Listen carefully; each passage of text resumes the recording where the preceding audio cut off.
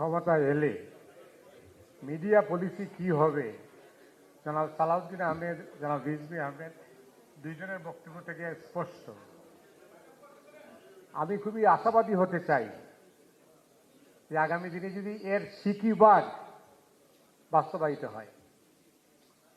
এর কারণ হলো এই অস্থির সময়ে আমরা সবাই কিন্তু অস্থির, মিডিয়াও অস্থির। সোশ্যাল মিডিয়ার যুগে এখন কথা বলাও খুব ডিফিকাল্ট। সেই কারণে আমি বলছি যে যদি মিডিয়া পলিসি যেটা বলা হয়েছে তারা যদি সেটা বাস্তবায়ন করেন তাহলেই বোধহয় বাংলাদেশের মিডিয়া সামনের দিকে এগিয়ে যাবে। কারণ অনেক চ্যালেঞ্জ সামনে। তারেক রহমান এমন এক সময় আসছেন যখন বাংলাদেশের সবচেয়ে বড় চ্যালেঞ্জ হচ্ছে নিরাপত্তা। মানুষ নিজেকে নিরাপদ ভাবতে চায়, কিন্তু মানুষ কিন্তু এখন নিরাপদ ভাবতে পারছে না। চারদিকের পরিস্থিতি যেভাবে যাচ্ছে, আমরা যখন কথা বলছি এখন ঢাকা ময়মনসিংহ মহাসড়ক অবরোধ, দিল্লিতে আমাদের হাইকমিশনারের বাসভবনে হামলা হয়েছে, আক্রান্ত হয়েছেন প্রহরীরা।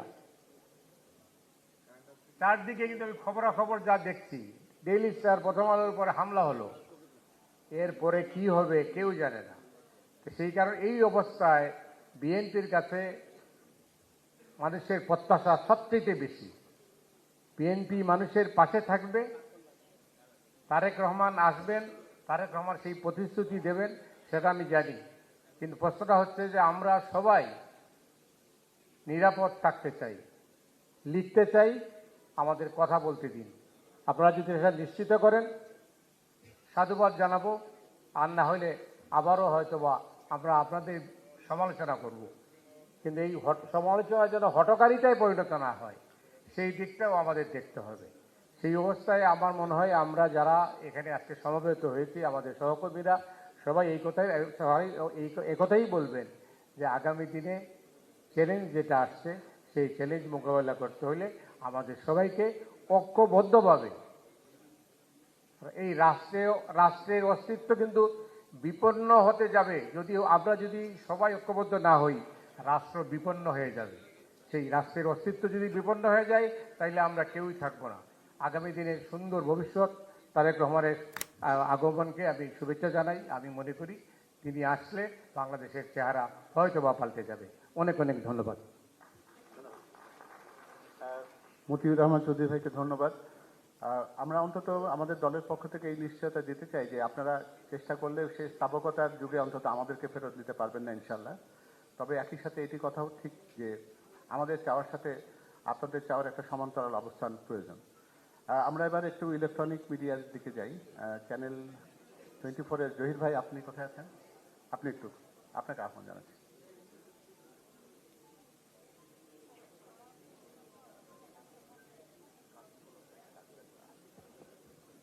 আসসালামু আলাইকুম। রিজভী ভাই বলছিলেন যে আমরা যদি সঠিক পথে না চলতে পারি তাহলে আমরা ব্যর্থ হব, আমরা অকার্যকর হয়ে যাব। কিন্তু আমার তো মনে হয় যে একটা কর্তৃত্ববাদী শাসন, একটা স্বৈর শাসনের অবসানের পরে ঠিক যে সময় আমরা অলরেডি ব্যর্থ হয়ে গিয়েছি, অলরেডি অকার্যকর হয়ে গিয়েছি, এখন যে সময়ে এসে আমরা পৌঁছেছি আমরা অধিকতর ব্যর্থ এবং অধিকতর অকার্যকর একটি রাষ্ট্রের দিকে ধাবিত হচ্ছি। এই সময় এসে যে প্রমিসগুলো আমাদের সামনে করা হচ্ছে সেগুলোর উপরে আমরা কতটা আস্থা রাখবো, কতটা বিশ্বাস রাখবো, সেই প্রশ্নটি আমি করতে চাই। আমরা সবাই জানি যে জিপিএস হচ্ছে একটা গ্লোবাল পজিশনিং সিস্টেম। এটা হচ্ছে একটা আপনার স্যাটেলাইট বেসড একটা নেভিগেশন সিস্টেম। এখন জাতি হিসেবেও আমরা আমাদের নেভিগেশন সিস্টেমটাকে ধরে রাখতে পারছি কিনা, আমরা সঠিক পথে এগোচ্ছি কিনা, সেটা কিন্তু আমাদের এখন কঠিনভাবে ভাববার সময় এসেছে। আমরা অনেক প্রতিশ্রুতি শুনছি, গভর্নেন্স অ্যাকাউন্টেবিলিটি নিয়ে আমাদের প্রচুর সংশয় ছিল, প্রশ্ন ছিল। আমরা প্রশ্নগুলো জারি রাখবো। আমরা আমাদের পাবলিক ট্রাস্ট, জনগণের যে আস্থা বিশ্বাস পলিটিক্যাল পার্টিজের উপরে, সেই প্রশ্নগুলো আমরা জারি রাখবো। আমরা আমাদের ইনস্টিটিউশনাল যে শক্তির বিষয়গুলো ছিল, যেগুলো অলরেডি ধ্বংস হয়ে গিয়েছে, সেই বিষয়গুলো নিয়ে আমরা প্রশ্ন রাখবো। এবং আমরা আমাদের স্টেবিলিটি, যে আজকে যেই পর্যায়ে এসে পৌঁছেছে দেশের স্থিতিশীলতা, সেটা নিয়ে কিন্তু আমরা কঠিনভাবে সংশয়ের মধ্যে পড়ে গেছি। আজকে সবাই বলছেন, ডেইলি স্টার প্রথম আলোর আক্রান্তের কথা বলছেন, মতি ভাই বলে গেছেন যে দেশ আজকে একটা সংকটময় পরিস্থিতির মধ্য দিয়ে অতিক্রম করছে। নিশ্চয়ই এই অবস্থার মধ্যে আমরা যে প্রমিসগুলোর কথা শুনছি, আমাদের রাজনৈতিক নেতৃবৃন্দের কাছ থেকে আগামী দিনের ভবিষ্যতের জন্য তারা যে পথ নির্দেশ আমাদেরকে করছেন, আমরা সেটা শুধু প্রমিসের মধ্যেই মানে সীমাবদ্ধ থাকুক সেটা চাই না। আমরা কনসিস্টেন্সি চাই, আমরা অ্যাকশন চাই, আমরা ইমপ্লিমেন্টেশন চাই। এবং সেখানে মিডিয়াকে সবসময় মিডিয়া সম্পর্কে যখনই বলা হয় সুন্দর সুন্দর কথা বলা হয়, কিন্তু মিডিয়ার যে শক্তি, মিডিয়াকে সেই শক্তি নিয়ে মিডিয়া কাজ করতে পারছে কিনা সেটি কিন্তু আসলে আমরা এই মুহূর্তে সবাই কিন্তু সেই মানে আমাদের অন্তরাত্মা কিন্তু আসলে কাঁপছে। মিডিয়া তার যে মন্ত্রগত যে শক্তি, সেই শক্তি হারিয়েছে, নানা কারণে হারিয়েছে। অলরেডি রাষ্ট্রের সঙ্গে মিডিয়া অনেক জায়গায় ব্যর্থতার পরিচয় দিয়েছে, সেটি সত্য। কিন্তু নতুন করে জেগে উঠবার জন্য মিডিয়াকে যেভাবে স্ট্রেনথেন করা দরকার, মিডিয়ার যে এবং গণমাধ্যমের যে শক্তিকে আপনার সাপোর্ট করা দরকার, সেই সাপোর্ট করার ক্ষেত্রে রাজনৈতিক নেতৃবৃন্দ একটা মুখ্য নিয়ামক। আমি মনে করি শুধু কথার মধ্যে সীমাবদ্ধ না থেকে আগামী দিনে আমাদেরকে সেই সাহস, শক্তি এবং সেই সহনশীলতা তারা দেখাবেন, যার মাধ্যমে মিডিয়া তার সঠিক যে রোল, শুধুমাত্র দলীয় লেজুরবৃত্তি নয়, শুধুমাত্র দলীয় পরিচয় নয়, মিডিয়া একটি দেশকে এগিয়ে নেওয়ার জন্য, বাংলাদেশ আজকে যে অবস্থার মধ্যে পৌঁছেছে সেই দেশকে এগিয়ে নেওয়ার জন্য মিডিয়ার শক্তিতে আপনার বিশ্বাস করুন এবং মিডিয়াকে তার সঠিক পথটি নির্দেশ করুন। এবং মিডিয়ার যারা এখানে উপস্থিত আছেন তারা দলীয় পরিচয়ের ঊর্ধ্বে উঠে দেশকে চিন্তার মধ্যে রেখে যদি আপনারা কাজ করেন, তাহলে হয়তোবা আমরা এই প্রমিসের সঙ্গে আমাদের যে আশা আকাঙ্ক্ষার যে একটা সম্মিলন, আমাদের যে জিপিএস এর কথা আমি বললাম যে আমরা আমাদের ক্রমশ আমাদের পথ নির্দেশে হারিয়ে ফেলছি, সেই পথ নির্দেশ আমরা খুঁজে পাবো। ধন্যবাদ আপনাদের সবাইকে। সেই পথ নির্দেশ আমরা খুঁজে পাবো। ধন্যবাদ আপনাদের সবাইকে। আহ্বান জানাতে চাই প্রেস ক্লাবের সভাপতি কালের কণ্ঠের হাসান হাবিব ভাই।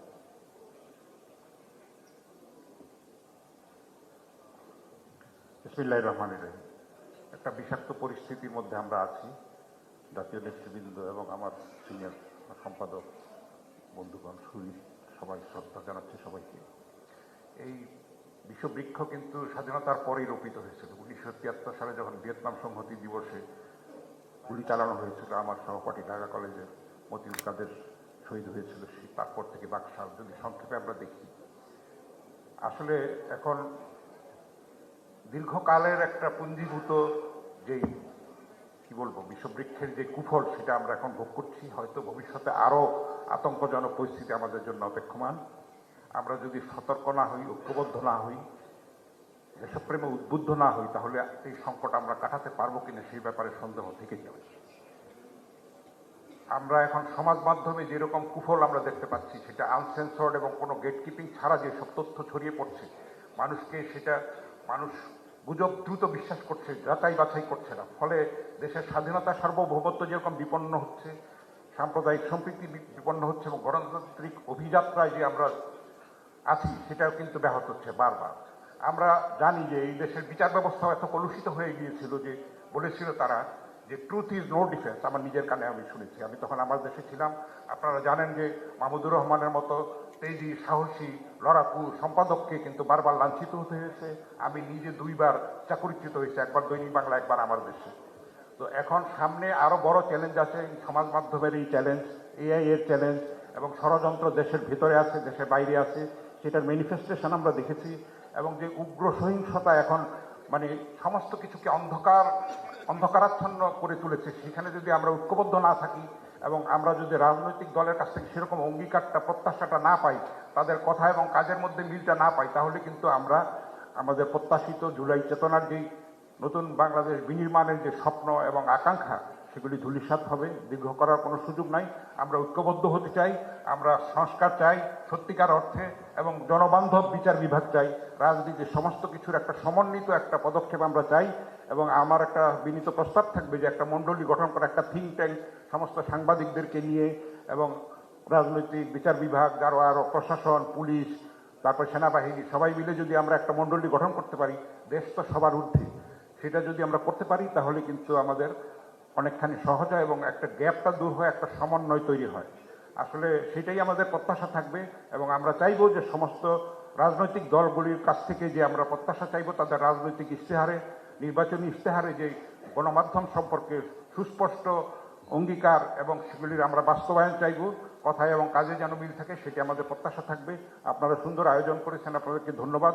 এটা যদি ঘন ঘন করতে পারেন তাহলে আরও কিন্তু গ্যাপটা দূর হবে এবং একটা উপায় বেরিয়ে আসবে। আমরা জানি যে আমাদের অন্তর্বর্তী সরকারের প্রধান উপদেষ্টা একবারই মাত্র সম্পাদকদের সঙ্গে মিলিত হয়েছেন, কিন্তু আনফর্চুনেটলি সেটার কোনো ফলো আমরা দেখতে পাই নাই। যদি থাকতো এবং রাজনৈতিক দলগুলিকে উনি আস্থায় নিয়েছেন, কিন্তু অনেক দেরিতে নিয়েছেন। সেটা যদি আরও বেশি ইন্টারাকশন হতো তাহলে এত জাতীয় ক্রাইসিস আমার মনে হয় হতো না। আমরা যেটা অতীত থেকে শিক্ষা নেই এবং আমরা একটা নতুন বাংলাদেশ বিনির্মাণের ক্ষেত্রে আমরা আমাদের উত্তর প্রজন্মের জন্য যেন আমরা একটা সুন্দর বাংলাদেশ রেখে যেতে পারি সেই প্রত্যাশা থাকবে। আপনাদেরকে সবাইকে ধন্যবাদ। আমরা একটা সুন্দর বাংলাদেশের স্বপ্ন দেখি, আমরা সবাই যার যার ক্ষেত্র থেকে কাজ করি। অনেক অনেক ধন্যবাদ। ধন্যবাদ হাফিজ ভাই। এবারে আমি বিনীত অনুরোধ জানাতে চাই চলছে নিউজ না 24 head of news Fazlul Islam Khan sir. এটা শোনা যাচ্ছে কিনা? আমি একটু বিনয়ের সাথে বলছি, এখানে জুনিয়রিটি সিনিয়রিটি বলতে কিছু নেই, আমরা আমাদের বিবেচনায় দিচ্ছি। কিন্তু আমি আহ্বান করব আমাদের সিনিয়র মোস্টের মধ্যে অবশ্যই যারা আমাদেরকে পরামর্শ দেন, তার মধ্যে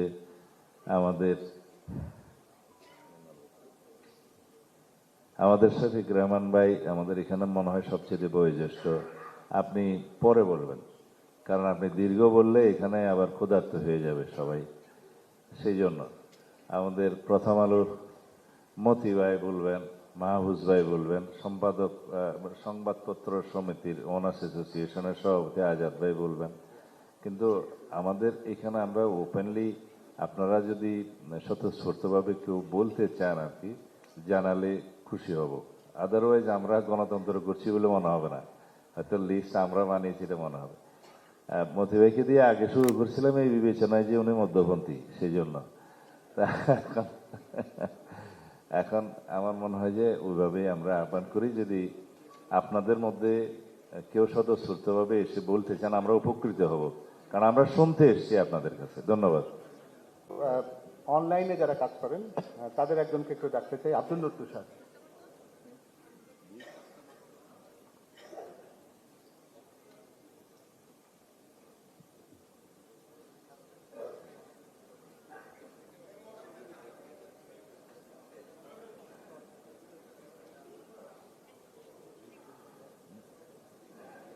ধন্যবাদ। আমি আসলে দেখতে এসেছিলাম আজকে এই মঞ্চে উপবিষ্ট সালাউদ্দিন ভাই, রিজভী ভাই, পাবেল ভাই আমার ডাক্তার হিসেবে বড় ভাই, এবং যারা সামনে বসে আছেন অধিকাংশই আমার চাইতে বয়সে বড়, কিছু আমার চাইতে বয়সে ছোট, কিন্তু আমাদের মধ্যে একটা মিল আছে। আমরা যেখানেই থাকি না কেন আমরা বাংলাদেশকে ভালোবাসি। আমরা মনে করি যে দেশটা আমাদের সবার, এবং এখানে মুক্ত চিন্তা, মুক্ত রাজনীতি, গণতান্ত্রিক পরিবেশ এবং মানুষের অধিকারকে সংরক্ষণ করতে হবে।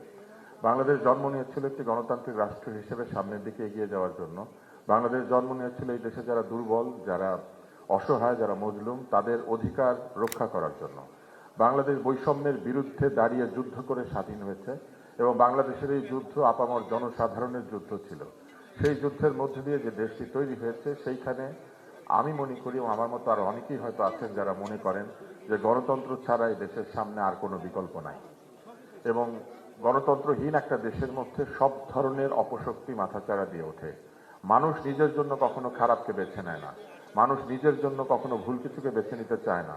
মানুষ দিনের শেষে বাঁচতে চায়, নিজের যোগ্যতা অনুযায়ী বিকশিত হতে চায়, সে সকল ধরনের প্রভাব মুক্ত থেকে নিজের মনের স্বপ্নকে সফল করতে চায়।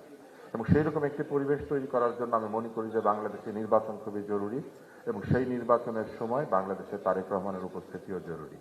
শুধু তাই নয়, আমি মনে করি বাংলাদেশে গণতন্ত্রের পক্ষে যত শক্তি আছেন তাদের মধ্যে একটি মৌলিক ঐক্য তৈরি করা প্রয়োজন, যেখানে আমরা যে মত আর পথেরই অনুসারী হই না কেন, আমরা কোনোভাবেই গণতন্ত্রকে, অধিকারকে, সাধারণ মানুষের নিরাপত্তা, যান মাল এবং তার চিন্তার নিরাপত্তাকে আমাদের প্রোটেক্ট করা উচিত।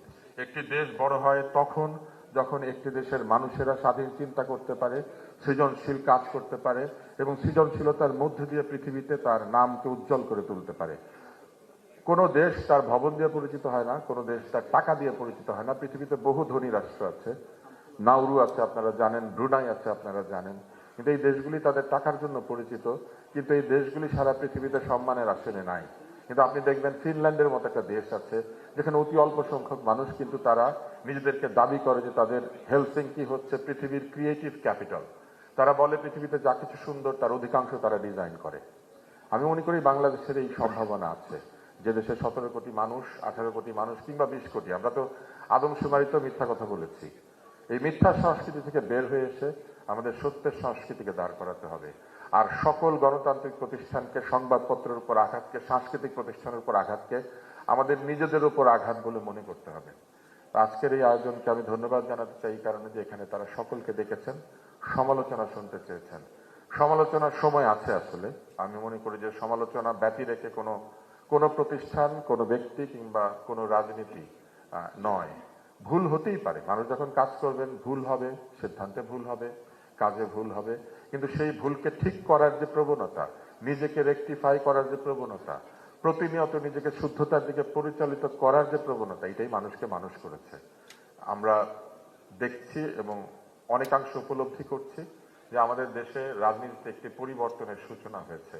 আমরা লক্ষ্য করছি অন্তত কিছু দলের কিছু রাজনীতিবিদ, যার মধ্যে তারেক রহমানও আছেন, অন্যের সমালোচনা বাদ দিয়ে নিজের দলের দিকে মনোযোগ দিয়েছেন, নিজেকে আরো উন্নততর মানুষ হিসেবে তৈরি করার দিকে এগিয়ে চলেছেন এবং কোনো ধরনের ব্যক্তি সমালোচনাকে দূরে রেখে তিনি গত সময়গুলি আমরা যা দেখেছি 5ই আগস্টের পরবর্তী সময়, তিনি সবসময় বাংলাদেশ কি করে ভালো হতে পারে সেই কথাগুলি বলেছেন। আমরা বিশ্বাস করতে চাই যে ভবিষ্যতে গণতান্ত্রিক নির্বাচনের মধ্যে দিয়ে যে গণতন্ত্র আসবে, সেই গণতন্ত্রকে সুসংহত করার জন্য তার উপস্থিতি আমাদেরকে শক্তিশালী করবে।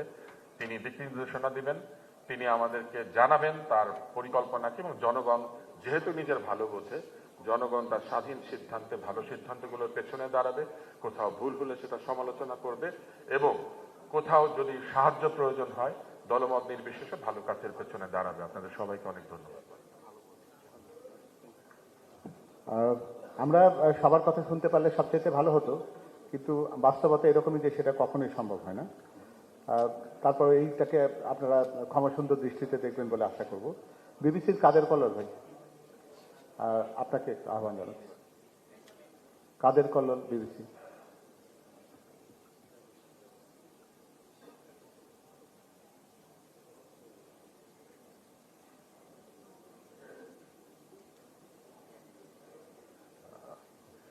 আসলে আজকে উপস্থিত এখানে সবাইকে ধন্যবাদ জানাচ্ছি। আমাদের সাংবাদিকতা জীবনে সাংবাদিকতা করতে গিয়ে অনেক সময় অনেক রকম সংকটের মুখোমুখি আমাদের হতে হয়েছে, কিন্তু আমরা যেটা চাই যে স্বাধীনভাবে কথা বলতে, সেখানেই যেন একটা বাধা আসছে, ভয়ের সংস্কৃতিটা একটা আসছে, আমরা সেই জায়গা থেকে বেরিয়ে যেতে চাই। এই বলেই সবাইকে ধন্যবাদ জানিয়ে শেষ করছি। এত চমৎকার এবং সংক্ষিপ্ত বক্তব্য শুনি নাই ইতিপূর্বে। ধন্যবাদ কল্লোল ভাই। ঈশ্বরের মাহবুব জানাম সাহেব, মাহবুব ভাই একটু অসুস্থ এবং আমি জোর করে দাওয়াত করে নিয়ে এসেছি, এখন উনি অ্যান্টিবায়োটিক খেয়েছেন। যদি আপনি বললে এখন ভালো হতো, আমাকে ইশারা করতেছিলেন মতি ভাই। না না, খেয়ে যেতে হবে অবশ্যই।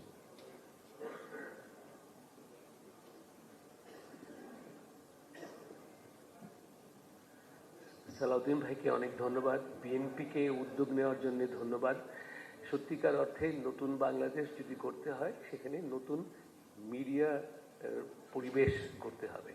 আমি মনে করি তারেক রহমানের জন্য একটা অপূর্ব সম্ভাবনাময় একটা মুহূর্ত। শুধু যে উনি নতুন নেতৃত্ব দিবেন তা না, স্বাভাবিক যদি ক্ষমতায় পরিবর্তন হতো তাহলেও একটা নতুন নেতৃত্বের কাছে যে আসে, যে চ্যালেঞ্জ আসে, এখনের চ্যালেঞ্জটা আরো গভীর। এমন তো না যে খুব একটা সুন্দর ইলেকশনের মাধ্যমে পার্টি বদলাচ্ছে, উনি আসলেন। বাংলাদেশ এই মুহূর্তে খুব একটা ডিভাস্টেটেড একটা জায়গায় আছে। ইনস্টিটিউশনস আর বিং চ্যালেঞ্জড এন্ড ডিস্ট্রয়েড। আপনারা প্লিজ মনে রাখবেন যে বাংলাদেশের 53 বছর বয়সে কোনো মিডিয়ার অফিস আগুন জ্বালানো হয় নাই। সর্বপ্রথমবারের মতন প্রথম আলো, ডেইলি স্টার অফিসে আগুন জ্বালানো কেন? আমরা কি অপরাধ করলাম? আমি এটা অনুরোধ করব সমস্ত মিডিয়াকে যে সত্যিকার অর্থে আপনারা এটা প্রশ্ন করবেন। তবে ভবিষ্যতের দিকে আমি তাকাতে চাই, আমি সুন্দর একটি সম্পর্ক আমি মিডিয়ার সঙ্গে তুলতে যেতে, সেখানে আমার অনুরোধ থাকবে প্রথমে মত প্রকাশের স্বাধীনতা হচ্ছে স্টেপ 1, বাট যেটা রাজনীতির দলের সবচেয়ে গুরুত্বপূর্ণ অবস্থান হবে,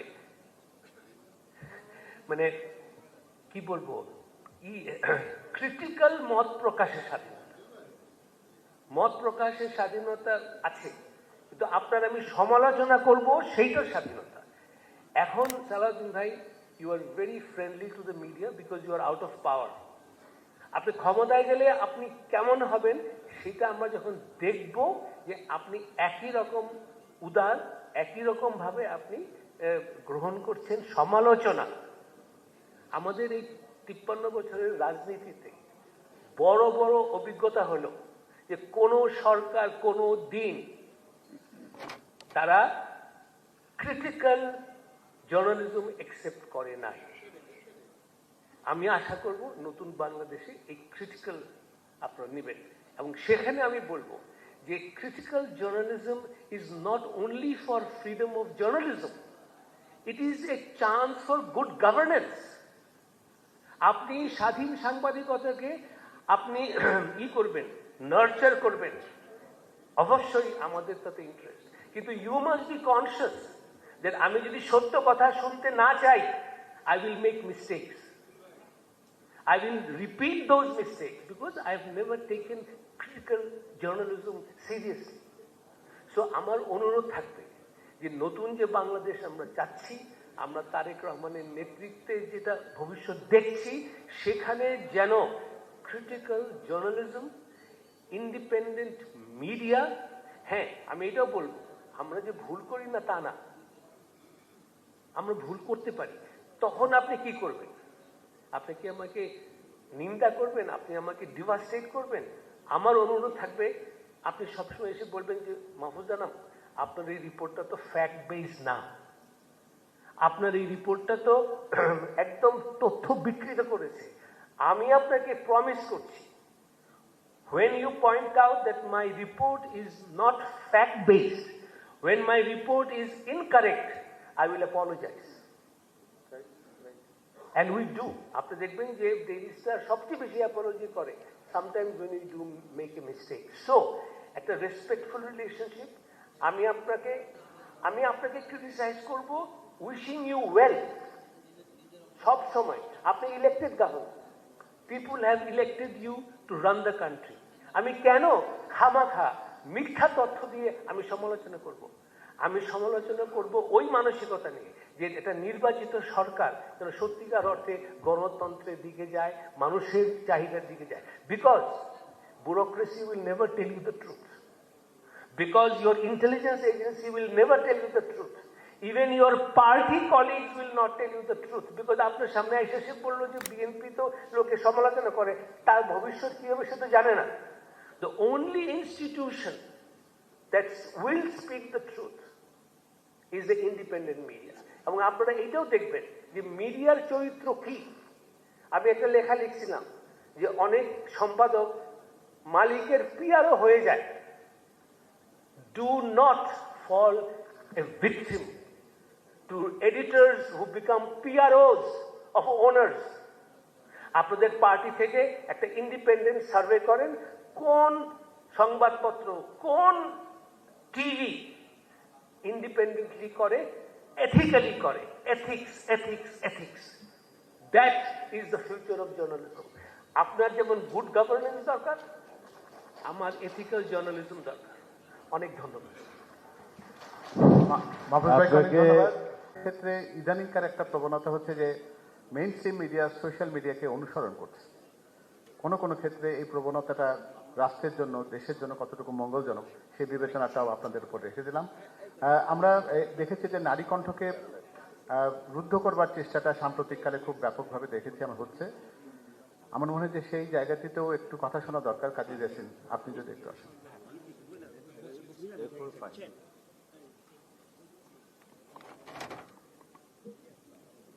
নারীর ক্ষমতায়ন হচ্ছে, ওনারা বলছিল যে কাউকে আমরা ডাকবো না, সেই জন্য। উপস্থিত শ্রদ্ধেয় বড় ভাই সালাউদ্দিন ভাই আছেন, এখানে রিজভী ভাই আছেন, পাভেল ভাই আছেন, এবং শ্রদ্ধাভাজন সম্পাদক বড় ভাইরা যারা আছেন, সবাইকে আমার সালাম এবং সহকর্মীদের শুভেচ্ছা। আয়োজনটি খুবই গুরুত্বপূর্ণ এবং খুবই টাইমলি আমি বলবো যে খুব অন টাইমে আমরা একটা ডিসকাস করতে পারছি বিষয়টা। সবার কথা শুনছিলাম এবং মাহফুজ ভাই বলার পরে আমার বলা আসলে খুবই মুশকিল। মাহফুজ ভাই গুরুত্বপূর্ণ কথাগুলো বলেছেন যে আমরা ভবিষ্যতে আসব প্রশংসা করতে নয়, প্রশ্ন করতে। এই বিষয়টা মাথায় রাখতে হবে এবং আসলেই মানে সমালোচনা করলে, প্রশ্ন করলে যেন আমাদেরকে নিরপেক্ষ না, সেই কথাটা যেন গালি হিসেবে দেয়া না হয়। নিরপেক্ষ শব্দটাও খুবই প্রবলেমেটিক আসলে। নিরপেক্ষ বলতে কে কি বোঝায় আমি জানি না, তার পক্ষপাতিত্ব প্রত্যেকটা মানুষেরই থাকে, কিন্তু সংবাদকর্মীদের এথিক্যাল জার্নালিজম যারা করেন তাদের এই পক্ষপাতিত্ব থাকা উচিত টুয়ার্ডস পিপল, সাধারণ মানুষের পক্ষে। তো আমরা যেন সাধারণ মানুষের পক্ষে থাকবো, আমরাও যেন সবসময় থাকি এবং এটা যেন যারাই ক্ষমতায় যায়, আমরা যদি বিএনপি বিজয়ী হয়ে যদি রাষ্ট্র পরিচালনার দায়িত্ব পায়, বিএনপিও যেন মাথায় রাখে যে আমরা মানুষের পক্ষে প্রশ্নগুলো জারি রাখবো। পাশাপাশি একজন সংবাদকর্মী হিসেবে এই কথাটাও বলতে চাই যে শুধুমাত্র খবর প্রকাশ করা, সেই ফ্যাক্টটা প্রপার ফ্যাক্ট কিনা সেটা যেমন গুরুত্বপূর্ণ, পাশাপাশি আমরা দেখি যে অনেক সময় ফ্রেমিংটাও খুব ইম্পর্ট্যান্ট। ফ্রেমিংটা কিভাবে করা হচ্ছে সেটাও খুব ইম্পর্ট্যান্ট। আমরা অতীতে দেখেছি যে ফ্রেমিং কিভাবে প্রভাবিত করেছে। বিএনপি নেতাদের আমি নাম উল্লেখ না করছি, বিএনপি সম্পর্কেও এমন ফ্রেমিং একটা সময় হয়ে এসেছে, সেটার বলি কিন্তু অনেক হয়েছে, অনেক বিএনপি নেতারা দিয়েছেন, অনেকভাবে তারা ভোগান্তির শিকার হয়েছে। শুধু তথ্য তুলে ধরলেই হবে না, ফ্রেমিংটাও আমাদেরও একটু মাথায় রাখতে হবে যে কিভাবে আসলে করা উচিত। আমি একটা ছোট্ট উদাহরণ দিই। আজকে পত্রিকাগুলো দেখছিলাম, লক্ষ্মীপুরে একটি বাচ্চাকে তালা বন্ধ করে তাকে হত্যা করা হয়েছে, পুড়িয়ে মেরে ফেলা হয়েছে। সেই নিউজটা কিন্তু সেইভাবে আমি ট্রিটমেন্ট কিন্তু আমি পত্রিকায় দেখি নাই। কেন? কারণ এইটা এই জন্য যে তার হত্যার, এই পুড়িয়ে মারার হত্যার বিচার চেয়ে কেউ নির্বাচন পেছানোর কথা বলছে না। এখন যদি এটা মিছিল হতো, বলতো হত্যার বিচার না হলে নির্বাচন হবে না, তাহলে সেটা হয়তো সেরকম একটা ট্রিটমেন্ট পেত। তো এটাও আমাদের মাথায় রাখতে হবে যে আমরা কোন খবরটাকে কিভাবে আসলে গুরুত্ব দেব।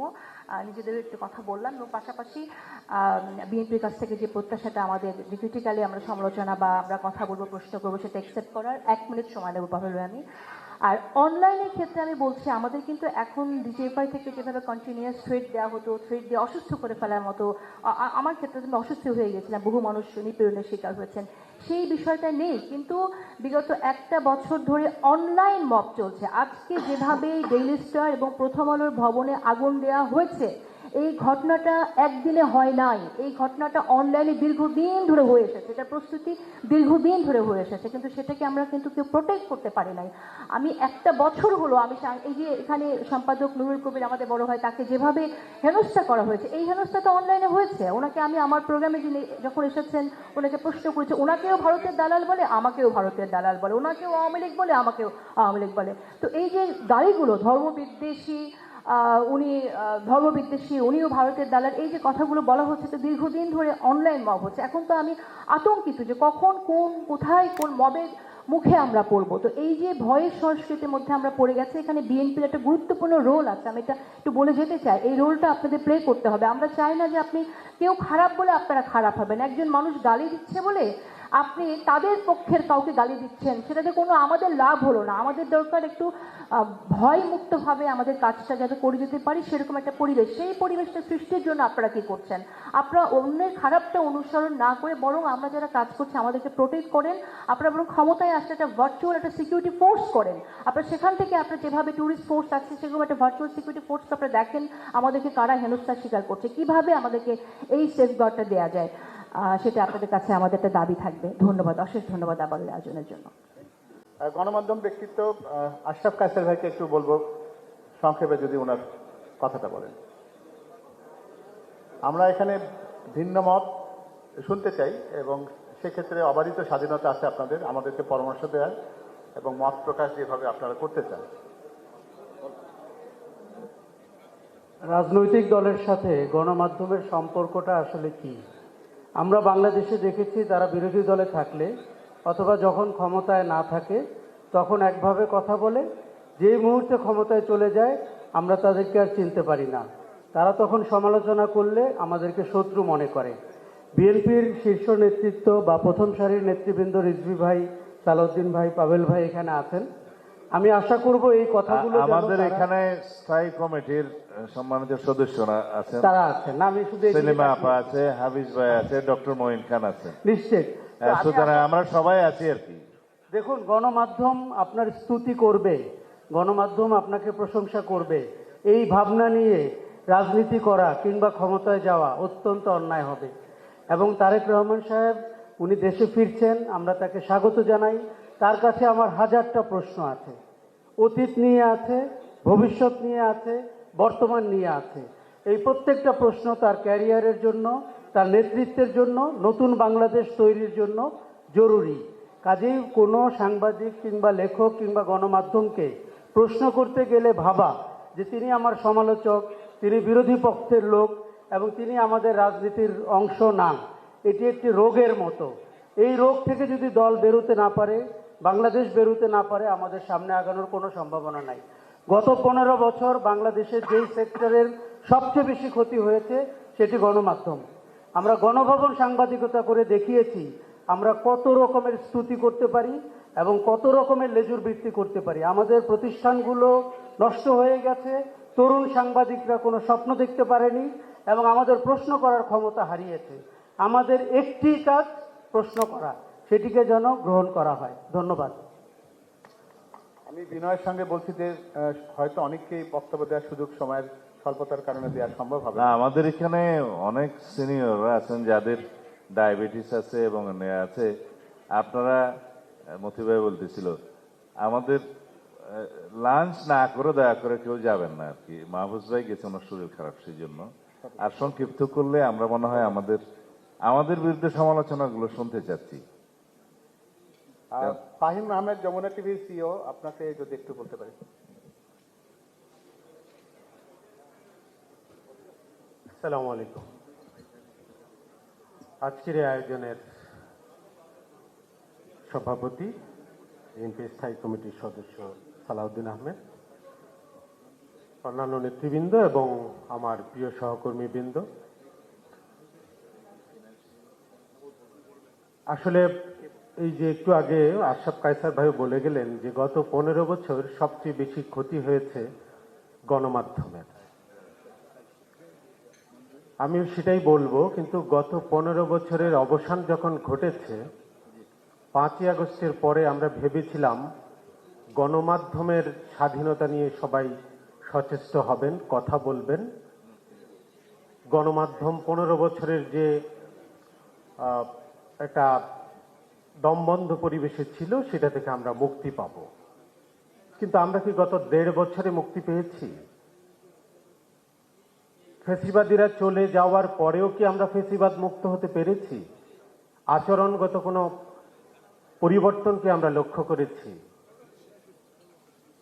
আমরা কথায় কথায় এখনো যদি আমরা ক্ষমতাকে প্রশ্ন করি, এখনো যদি আমরা অনিয়মের বিরুদ্ধে কথা বলি, আমাদেরকে বলা হয় ফেসিবাদের দোসর। ফেসিবাদের দোসররা এখনো রয়ে গেছে।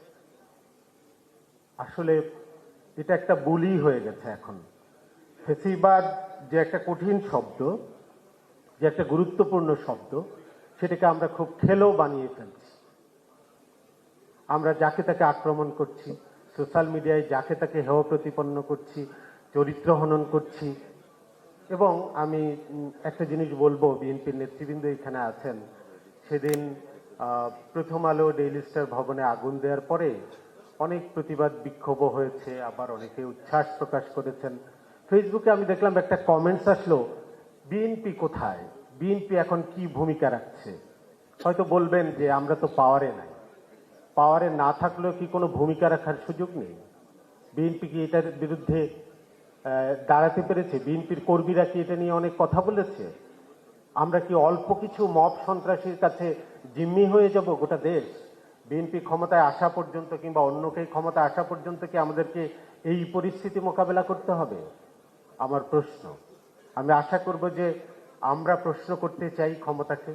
আমরা বরাবর যা করে গেছি, যতটুকু সামর্থ্য ছিল গত 15 বছরেও চেষ্টা করেছি, হয়তো পুরোপুরি পারিনি। আপনারা জানেন যে ক্ষমতাকে চাইলেই সব সময় প্রশ্ন করা যায় না। ক্ষমতা নানাভাবে আপনাকে আঁকড়ে রাখবে, আপনাকে বন্দী করে রাখবে। এরপরেও আমরা যারা সামর্থ্য ছিল আমাদের, আমরা সামান্যতম হলেও করার চেষ্টা করেছি। কিন্তু এখন সে আমাকেই আপনি প্রশ্ন করছেন, এখন সে আমাকেই আপনি ভিলেন বানাচ্ছেন।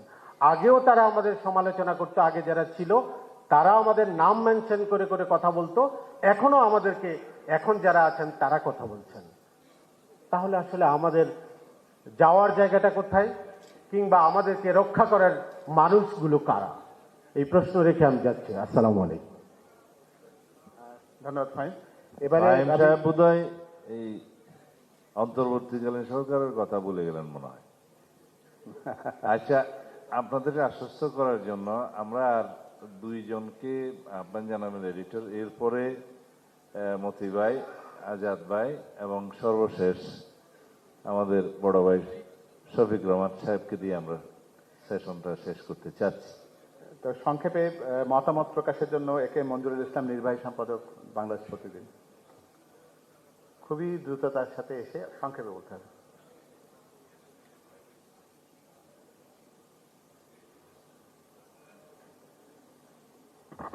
আসসালামু আলাইকুম।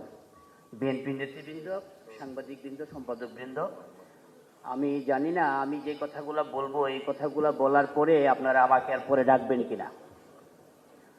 আমার সৌভাগ্য হয়েছিল একবার দেওয়ান মোহাম্মদ আজরফ সাহেবের একটা ইন্টারভিউ নেওয়ার জন্য।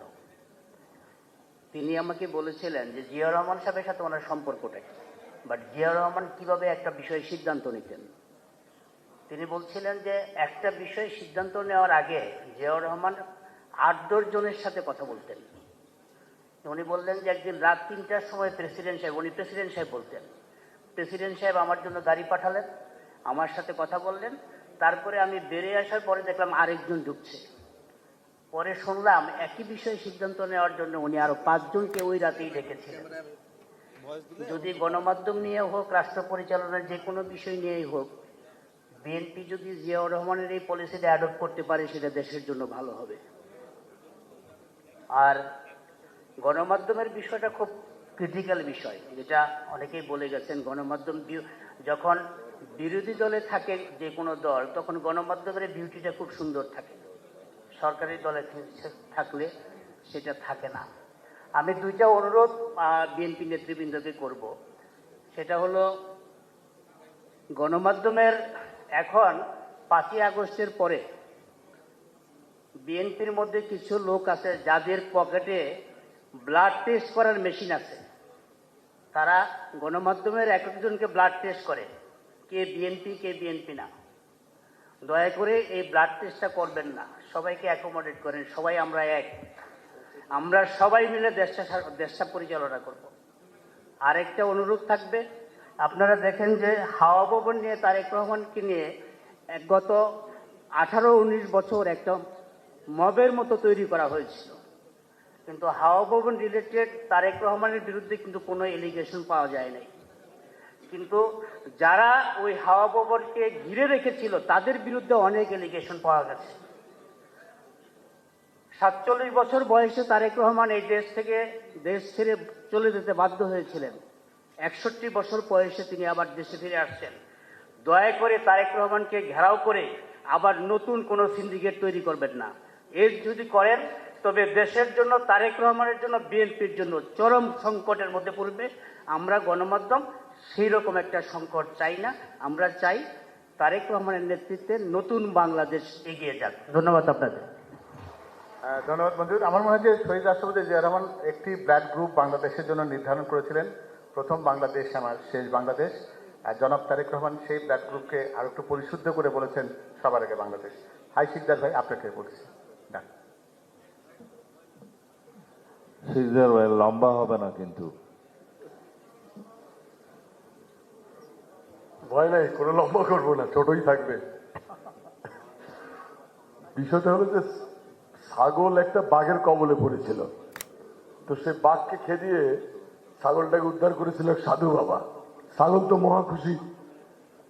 এরপরে ছাগলটা সুস্থ টুস্থ হলো, এরপরে সাধু বাবার ওরস মোবারক আসলো আর কি। তো ছাগলকে জবাই করা হচ্ছে সে ওরস উপলক্ষে। ছাগল বলে যে আমার লাভটা কি হলো, বাঘে খেলেও খেত, এখন সাধু বাবাও খাচ্ছে, কিন্তু খাওয়া তো একই রকম থেকে যাচ্ছে। তো আজকে যে বিষয়টা ছিল সেটা হলো তারেক রহমান সাহেবের স্বদেশ প্রত্যাবর্তন উপলক্ষে কিন্তু বিরাজমান পরিস্থিতি এতটাই খারাপ যে নাগিনীরা চারিদিকে ফেলিতেছে বিষাক্ত নিঃশ্বাস। আর জুলাইয়ের রক্তের দাগ শুকানোর আগেই আমরা একটা বেদনার্থ উপত্যকায় উপস্থিত হয়েছি।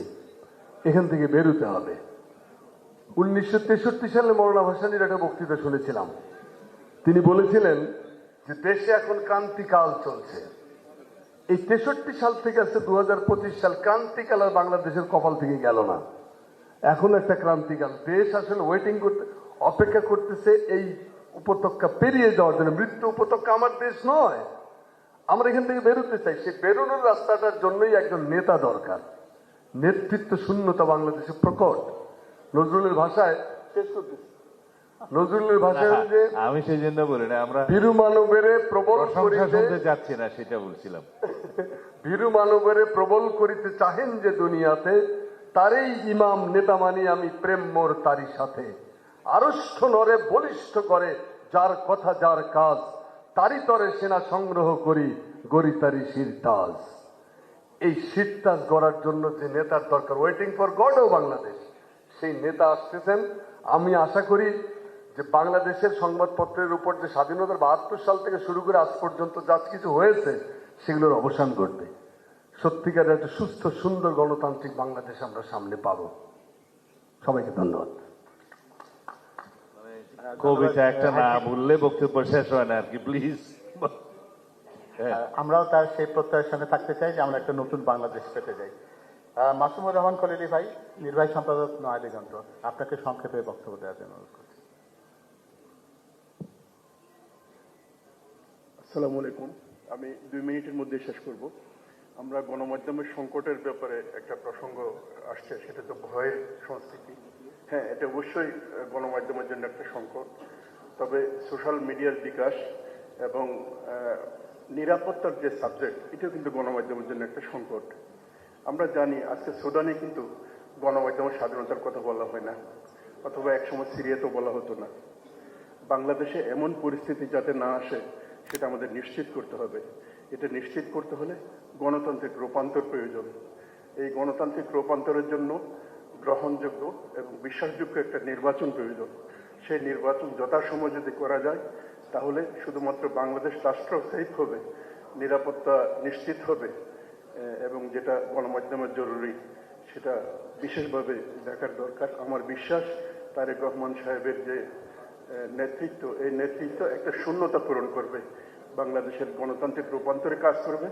গণতন্ত্র যদি আসে তাহলে বাংলাদেশের গণমাধ্যমও রক্ষা পাবে এবং একটা গতিশীলতার পথ খুঁজে পাবে। সবাইকে ধন্যবাদ। আমি ক্ষমা চেয়ে নিচ্ছি, আমাদের অনেক সম্পাদক বৃন্দ এবং চিফ নিউজ এডিটর বৃন্দ বক্তব্য রাখতে চেয়েছিলেন। এখন 1:45 বাজে, আর আমাদের মধ্যে অনেকেই সিনিয়র সিটিজেন আছেন। সেই জন্য আমরা সময়ের বিষয়টা বিবেচনা করে এখন আমরা শেষের দিকে বলছি। আমাদের সাথে এখন কথা বলবেন জনাব AK আজাদ, সংবাদপত্র মালিক সমিতির সম্মানিত সভাপতি। এরপরে প্রথম আলোর সম্পাদক জনাব মতিউর রহমান, এবং তারপরে আমরা শফিক রহমান সাহেবকে দিয়ে আজকের এই সেশনটা শেষ করতে চাচ্ছি। ধন্যবাদ। বিসমিল্লাহির রহমানির রহিম। সালাউদ্দিন ভাইকে অনেক অনেক ধন্যবাদ আপনার বিনয়ীভাবে দাওয়াত দেওয়ার জন্য। আপনি এতটা বিনয়ী না হলে হয়তো অনেকেই এখানে আসছেন না। সাধারণত যেসব লোককে আপনি নিয়ে এসছেন ওনারা সাধারণত কোনো পার্টির দাওয়াতে যান না। তো আপনার এই বিনয়ী দায়িত্ব যদি বিএনপি ক্ষমতায় আসে, যদি আপনি দায়িত্বপ্রাপ্ত কোন মন্ত্রী হন, এই বিনয়ীটা যাতে অব্যাহত থাকবে, এটা আমার আপনার কাছে অনুরোধ। আর প্রথমেই বলি, দুটো পর্ব এখানে। একটা হলো সুষ্ঠু নির্বাচন এবং নির্বাচিত সরকার।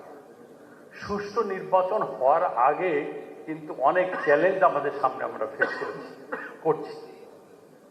আপনি দেখবেন আজকে অনেকগুলো ঘটনা আপনি শুনলেন, কোথায় কোথায় দিল্লিতে ঘটছে, ঢাকাতে ঘটছে, পত্রিকা অফিসে ঘটছে, এবং আগামীকাল আমরা সংবাদপত্র মালিক সমিতি এবং এডিটর্স কাউন্সিল একটা মিটিং ডেকেছি হোটেল সোনারগাঁতে।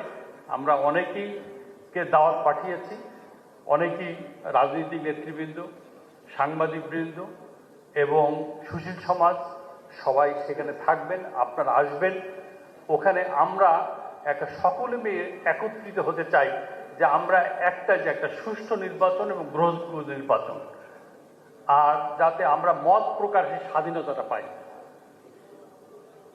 আর যদি এই নির্বাচনটা যদি আমাদের দেশীয় এবং আন্তর্জাতিকভাবে গ্রহণযোগ্যতা না পায়, তাহলে সামনে আমাদের মহাবিপদ।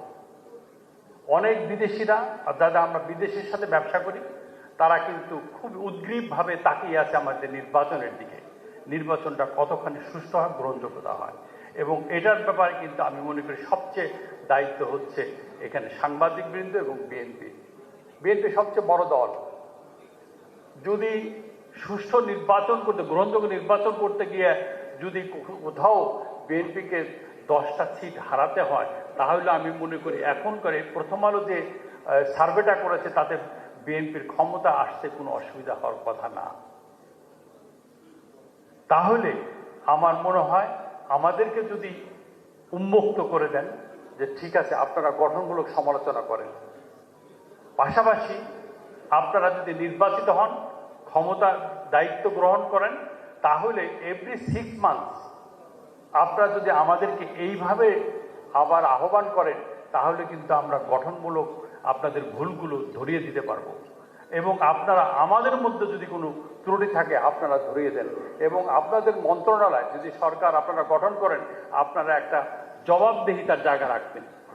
সেটা হচ্ছে কি, আমরা যে যারা সংবাদপত্র প্রকাশ করি বা মিডিয়া চালাই, সব যে সঠিকভাবে আমরা উপস্থাপন করি তাও না, আমাদের ভিতরে অনেক ভুল ভ্রান্তি হয়। যেটা মাহবুব ভাই বললো যে আমরা অ্যাপোলজি করি, আমরা আমাদের ভুলগুলি আপনারা বলেন যে এগুলো সঠিক না, কিন্তু আমরা যে সত্যগুলো তুলে ধরি, আপনারা বলেন আপনারা যে দুর্নীতি সম্বন্ধে তুলে ধরেছেন, এই অন্যায় অবিচার করেছেন, আমরা তার বিরুদ্ধে ব্যবস্থা নিয়েছি। তাহলেই আপনাদের যে প্রতীক্ষা, যে আকাঙ্ক্ষা, দায়িত্ব করার, নতুন বাংলাদেশ গড়ার, সেই গড়া সফল হবে এবং আমাদের সাপোর্ট অব্যাহত থাকবে। আবারও আপনাকে ধন্যবাদ জানাই। বক্তব্য শেষ। খুদা হাফেজ। ধন্যবাদ আজাদ ভাই। আপনি 6 মাসের যে প্রস্তাবটা রেখেছেন, ইটস ভেরি রিজনেবল। যদি 6 মাসে যদি আমরা দায়িত্ব পাই, 6 মাসে যদি এটা আপনাদের সবার সাথে কথা বলার যদি সমাবেশ বা মাহফিলে আঞ্জমান আর কি, আপনারা তো সবাই স্টার, যদি আমরা না করতে পারি আপনি স্মরণ করিয়ে দিবেন, এবং 6 মাসের আগেও করা যেতে পারে। এটা এত জরুরি যে এই গ্যাপটা যেন সৃষ্টি না হয়। আমাদের সাথে গণমাধ্যমের একটা দূরত্ব সৃষ্টি হয়েছে বলে অনেকে সমালোচনা করেন, কিন্তু এটা আসলেই সত্যি যে আমাদের সাথে একটু দূরত্ব কেন যেন সৃষ্টি হয়ে গিয়েছিল, সেটা আমাদের ব্যর্থতা। এবং বিনয় যেটা বলছেন সেটা আমরা প্রকাশ করতেই থাকবো। আমরা দুইজনকে মতি ভাই মাঝখানে দিতে হচ্ছে, আপনি দয়া করে আর একটু 4 মিনিট বসেন। মাহফুজুর রহমান এডিটর ইউএনবি, এবং তারপরে কামাল ভাই বলবেন। উনি গণমাধ্যম সংস্কার কমিশনের কি 12টা বাজিয়েছে অবশ্য জানি না, এখানে সংক্ষিপ্ত দিতে হবে। যদি জনাব মাহফুজুর রহমান সাহেব আসছেন, ইউএনবি।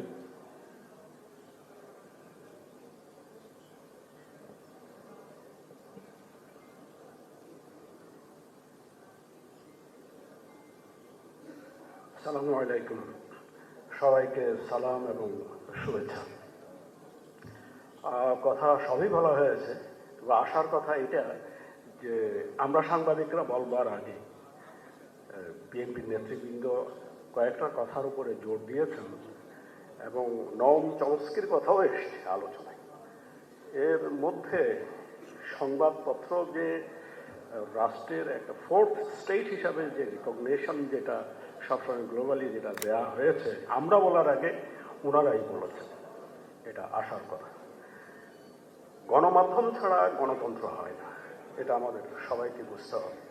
গণমাধ্যমের সাথে সরকারের সম্পর্কটা সবসময় সৌহার্দ্যপূর্ণ না হলেও আমার মনে হয় শান্তিপূর্ণ হওয়া দরকার, এবং সেই জন্যই আজকের এই আলোচনা খুবই গুরুত্বপূর্ণ।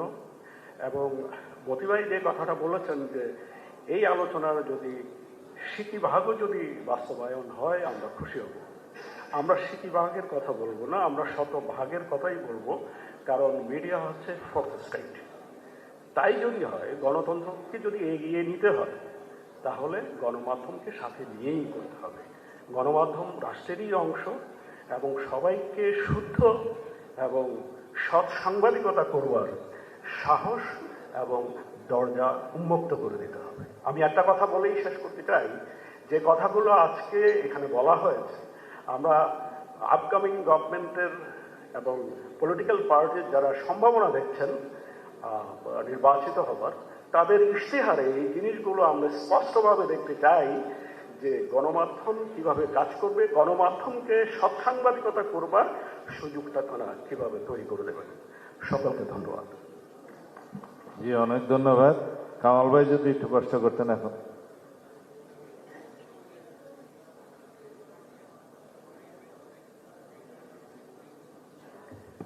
আমি প্রস্তুত ছিলাম না কোনো কথা বলার জন্য, তবে সুযোগ দেওয়ার জন্য সুযোগটা নিচ্ছি। আপনাকে ধন্যবাদ এই সুযোগ দেওয়ার জন্য, সালাউদ্দিন আহমেদ এবং অন্য নেতারা যারা আছেন, আর গণমাধ্যমে আমাদের শ্রদ্ধেয় সম্পাদকবৃন্দ আছেন, মালিকরা আছেন এবং অন্য সহকর্মী যারা আছেন, তাদের সবাইকে শুভেচ্ছা জানিয়ে আমি কতগুলো কথা বলতে চাই। প্রথম কথা হচ্ছে যে আমরা কিন্তু আর কোনো নিরাপত্তা সংস্থার টেলিফোন চাই না, এইটা যদি আপনারা একটু মনে রাখেন। সেটা সংবাদপত্র প্রকাশের ক্ষেত্রে হোক, সেটা এখন আপনারা কার্যকর করেন নাই কেন? এই এক বছরে তো অনেক শোনা গেছে অন্তর্বর্তী সরকার, ইউর পার্ট অফ দি সংস্কার কমিশন অথবা পুরো একটা সংস্কার, আপনারা কি সেটা করে দেখাইছেন 15-18 মাসে? সেটা আগে বলেন এক লাইন। আমরা আমাদের সংস্কার কমিশনের পক্ষ থেকে যে রিপোর্ট দিয়েছি, সেই রিপোর্ট বাস্তবায়নের দায়িত্ব সরকারের। সরকার সেটা বাস্তবায়ন করেছে বা করবে কি না সেটা সরকারকেই জিজ্ঞাসা করতে হবে। আপনাদের রাজনৈতিক দল হিসেবে এটা আপনাদের দায়িত্ব ছিল। আপনারা কি সরকারকে জিজ্ঞেস করেছেন যে কটা কমিশনের প্রতিবেদন বা কটা সুপারিশমালা আপনারা বাস্তবায়ন করেছেন? সেই জিজ্ঞাসাটা আপনাদেরকে করতে হবে, সেই জিজ্ঞাসা আমরা করব না। আমরা পত্রিকায় লিখবো এবং আমরা সেটা লিখে চলেছি, হয়তো টকশোতেও বলবো, কিন্তু আমরা এটা দেখতে চাই না যে কোনো নিরাপত্তা সংস্থার থেকে ফোন করে বলা হবে যে কোন টকশোতে কাকে ডাকা হবে, এই চর্চাটা যেন বন্ধ হয়। আমরা আর একটা কথা বলতে চাই আমি, সেটা হচ্ছে যে খুবই আশার কথা যে 17 বছর বা 18 বছরের প্রবাসী জীবন থেকে বা নির্বাসিত জীবন থেকে বিএনপি প্রধান তারেক রহমান তিনি আসছেন, ভারপ্রাপ্ত চেয়ারম্যান, তিনি তার যে এই যে পুরো নির্বাসিত জীবনটা যুক্তরাজ্যে কাটিয়েছেন, ব্রিটেনের গণতন্ত্র কেমন করে কাজ করে সেটা তার খুব কাছে থেকে দেখার সৌভাগ্য হয়েছে। সেখানে গণতন্ত্র কিভাবে কাজ করে, বিশেষ করে পত্রিকা, সেটাও তার দেখার সুযোগ হয়েছে। আমরা আশা করব যে তিনি সেটা এখানে প্রয়োগের সুযোগটা করে দেবেন। আমরা সেটা চর্চা করতে চাই, কিন্তু তিনি সেই সুযোগটা আমাদেরকে করে দেবেন। ক্ষমতাসীন দলকে প্রশ্ন করা, পত্রিকার একটা রাজনৈতিক অবস্থান নিতে পারে, কোন দলের পক্ষ সে সমর্থন করতে পারে। আমরা জানি এখানে রাজনৈতিক পত্রিকা আছে, সেই রাজনৈতিক পত্রিকার তার মতামত প্রকাশের সুযোগ আছে, সেই ভিন্নমত প্রকাশের সুযোগটা থাকতে হবে। কিন্তু তার অর্থ এই নয় যে সেই পত্রিকা সেই দলের নেতার কোনো ভুল হলে সেই ভুলের সমালোচনা করতে পারবে না, প্রশ্ন করতে পারবে না। ভুল, রাষ্ট্রের কোনো সিদ্ধান্তের ত্রুটি, সেটা তুলে ধরার সুযোগটা থাকতে হবে এবং সেখানে সহনশীলতাটা থাকতে হবে। আপনারা এখানে বলেছেন যে আপনারা গণমাধ্যমের সংবাদ মাধ্যমের স্বাধীনতা, সাংবাদিকদের স্বাধীনতা, মত প্রকাশের স্বাধীনতা, এটাকে নিশ্চিত করবেন। এটা নেতৃত্বের পর্যায় থেকে আপনারা করবেন ঠিকই, কিন্তু আপনারা সেই নেতৃত্বের বার্তাটা দলের সব পর্যায়ে কি পৌঁছে দেবেন? সেটা কিন্তু পৌঁছে দিতে হবে। কারণ ঢাকায় হয়তো দেখা যাবে যে আপনারা আমাদের কথা শুনছেন বা আমাদের কথা শুনতে আগ্রহ প্রকাশ করছেন, কিন্তু মাঠ পর্যায়ে যারা কাজ করেন তাদের ক্ষেত্রে তাকিয়ে দেখুন, বহু জায়গায় সাংবাদিকরা কিন্তু প্রহৃত হয়েছেন, শারীরিকভাবে লাঞ্ছিত হয়েছেন। কেন? না দলের নেতাকে অপমান করা হয়েছে? ভাই, কৌতুক করার অধিকার তো মানুষকে দিতে হবে। তারেক রহমান আমি প্রশংসা করি এই কারণে যে তিনি একটি দিকে দৃষ্টান্ত স্থাপন করেছিলেন, যে প্রথমে একটি কার্টুন শেয়ার করেছিলেন, নিজের ছবি নিয়ে কার্টুন যেটা হয়েছিল, সেই কার্টুন সরকার পতনের পর, স্বৈরাচারের পতনের পর ওই কার্টুনটা তিনি শেয়ার করেছেন। ভবিষ্যতে যাতে আরো কার্টুন হয় এবং সেই কার্টুন হওয়ার, কৌতুক করার সুযোগটা থাকে, যাতে থাকে, আপনাদের মাঠ পর্যায়ের সমর্থকরা কিংবা মধ্যম সারির নিম্ন সারির নেতারা যেন তেড়ে না আসেন, সেটাও তাদেরকে শেখাতে হবে। এই জিনিসগুলো খুবই গুরুত্বপূর্ণ। আমি শেষ করব শুধু এই কথাটা বলে যে আমরা সংস্কার কমিশন থেকে যে প্রতিবেদন দিয়েছি সেখানে আমরা আশাবাদ প্রকাশ করেছি যে বিএনপি তার 31 দফার মধ্যে বলেছে যে সংবাদ মাধ্যমের স্বাধীনতা নিশ্চিত করার জন্য যা যা করা প্রয়োজন তারা তা করবে। আমরা আশা করব এই কমিশনের সুপারিশ বাস্তবায়নে আপনারা উদ্যোগ নেবেন এবং সেটা বাস্তবায়নের চেষ্টা করবেন। তাহলেই দেশে গণমাধ্যমের পথটা খোলাসা থাকবে, এটা বিকশিত হবে, যে সংকটের মধ্যে আছে সেই সংকটটা দিক থেকে বেরোতে পারবো এবং গণতন্ত্র শক্তিশালী হবে। সবাইকে ধন্যবাদ। জি, জনাব মতিউর রহমান, সম্পাদক প্রথম আলো, ওনার কোনো পরিচয় দেওয়া তো আমাদের প্রয়োজন নাই। আশা করি আপনি আপনার বক্তব্যের মধ্য দিয়ে আমাদেরকে কিছু দিক নির্দেশনামূলক এবং পরামর্শমূলক কথা বলবেন। সবাইকে শুভেচ্ছা। কারণ পুড়িয়ে দেওয়ার কথা আমরা বলে ফেলেছি, কিন্তু ওইটা আর আপনার বলা আসলে মাইকে বা টকশোতে বা অনুষ্ঠানে কথা আমি কম বলি বা যাই না বা বলতে পারি না, সেটা তারপরেও আজকের অনুষ্ঠান, এত বড় অনুষ্ঠানে যাইও না, এটাও সত্য। একে আজাদ যেটা বলছেন যে রাজনৈতিক দলের কোনো সভাতেও যাই না। আজকে একটা বিশেষ অবস্থা, বিশেষ সময়, আমাদের উপস্থিতিটা খুব জরুরি আমাদের জন্যে, বিএনপির জন্যে না, সেটা একটা বড় দিক। আর যে উপলক্ষে আজকে সভাটা ডাকা হয়েছে, বিএনপির ভারপ্রাপ্ত চেয়ারম্যান তারেক রহমানের বাংলাদেশে ফিরে আসা উপলক্ষে, সেটাও খুব গুরুত্বপূর্ণ। আর যদিও আমি ব্যক্তিগতভাবে এটা মনে করি যে দেশে একটা রাজনৈতিক শূন্যতা রয়েছে, চলছে, এটা একটা বিপজ্জনক এবং সেটা বিএনপির জন্যও কিছুটা কঠিন অবস্থা। আমি সবসময় ভাবতাম বা এখনো মনে করি যে বিএনপির ভারপ্রাপ্ত চেয়ারম্যানের আর একটু আগে, বেশ একটু আগে যদি আসতে পারতেন, তাহলে এক্ষেত্রে হয়তো বিএনপি এবং দেশের মধ্যে একটা ভালো সুবিধাজনক অবস্থা তৈরি হতে পারত। ওনার অনুপস্থিতিটা কিছুটা আপনাদের জন্য প্রশ্ন তৈরি করেছে, কিছু নানা রকম বিভ্রান্তি তৈরি হওয়ার সুযোগ হয়েছে, সেটা একটা আপনাদের জন্য নেতিবাচক হিসেবে দাঁড়িয়ে গেছে। আর একই সঙ্গে যদি বলি, এই আবার এই একটা বছর বা 15 মাস ধরেও বিএনপির সকল কর্মকাণ্ড নানা স্তরে, নানাভাবে, নানা ক্ষেত্রে যেভাবে হয়েছে, যতটুকু জানি বা যতটুকু জানি না, সেটুকু কিন্তু বিএনপির জন্য খুব ভালো হয়নি। এই দিকটাও নিশ্চয়ই আপনারা জানেন, নিশ্চয়ই এটার জন্য তারেক রহমান জানেন, এবং সেগুলো এখনও সংশোধন করার, ভালো করার সুযোগ সম্ভাবনা আছে। কারণ আপনাদের দলটা অনেক বড়, বৃহৎ, এবং আমি মনে করি এখন পর্যন্ত বিএনপি বাংলাদেশের সর্ববৃহৎ দল, এটা স্বীকৃত। আর আমাদের জরিপ যেটা আমরা করেছি, আমরা এটা বিশ্বাস করি যে জরিপ এটা মোটামুটি সত্যের কাছাকাছি বা মানুষের চিন্তা জগতের কাছাকাছি। সেখানে বিএনপি কিন্তু বৃহত্তম দল হিসাবে এসছে এবং নির্বাচনে অনেক বেশি ভোট পেয়ে তারা বিজয়ী হবে, সেটা কিন্তু আছে।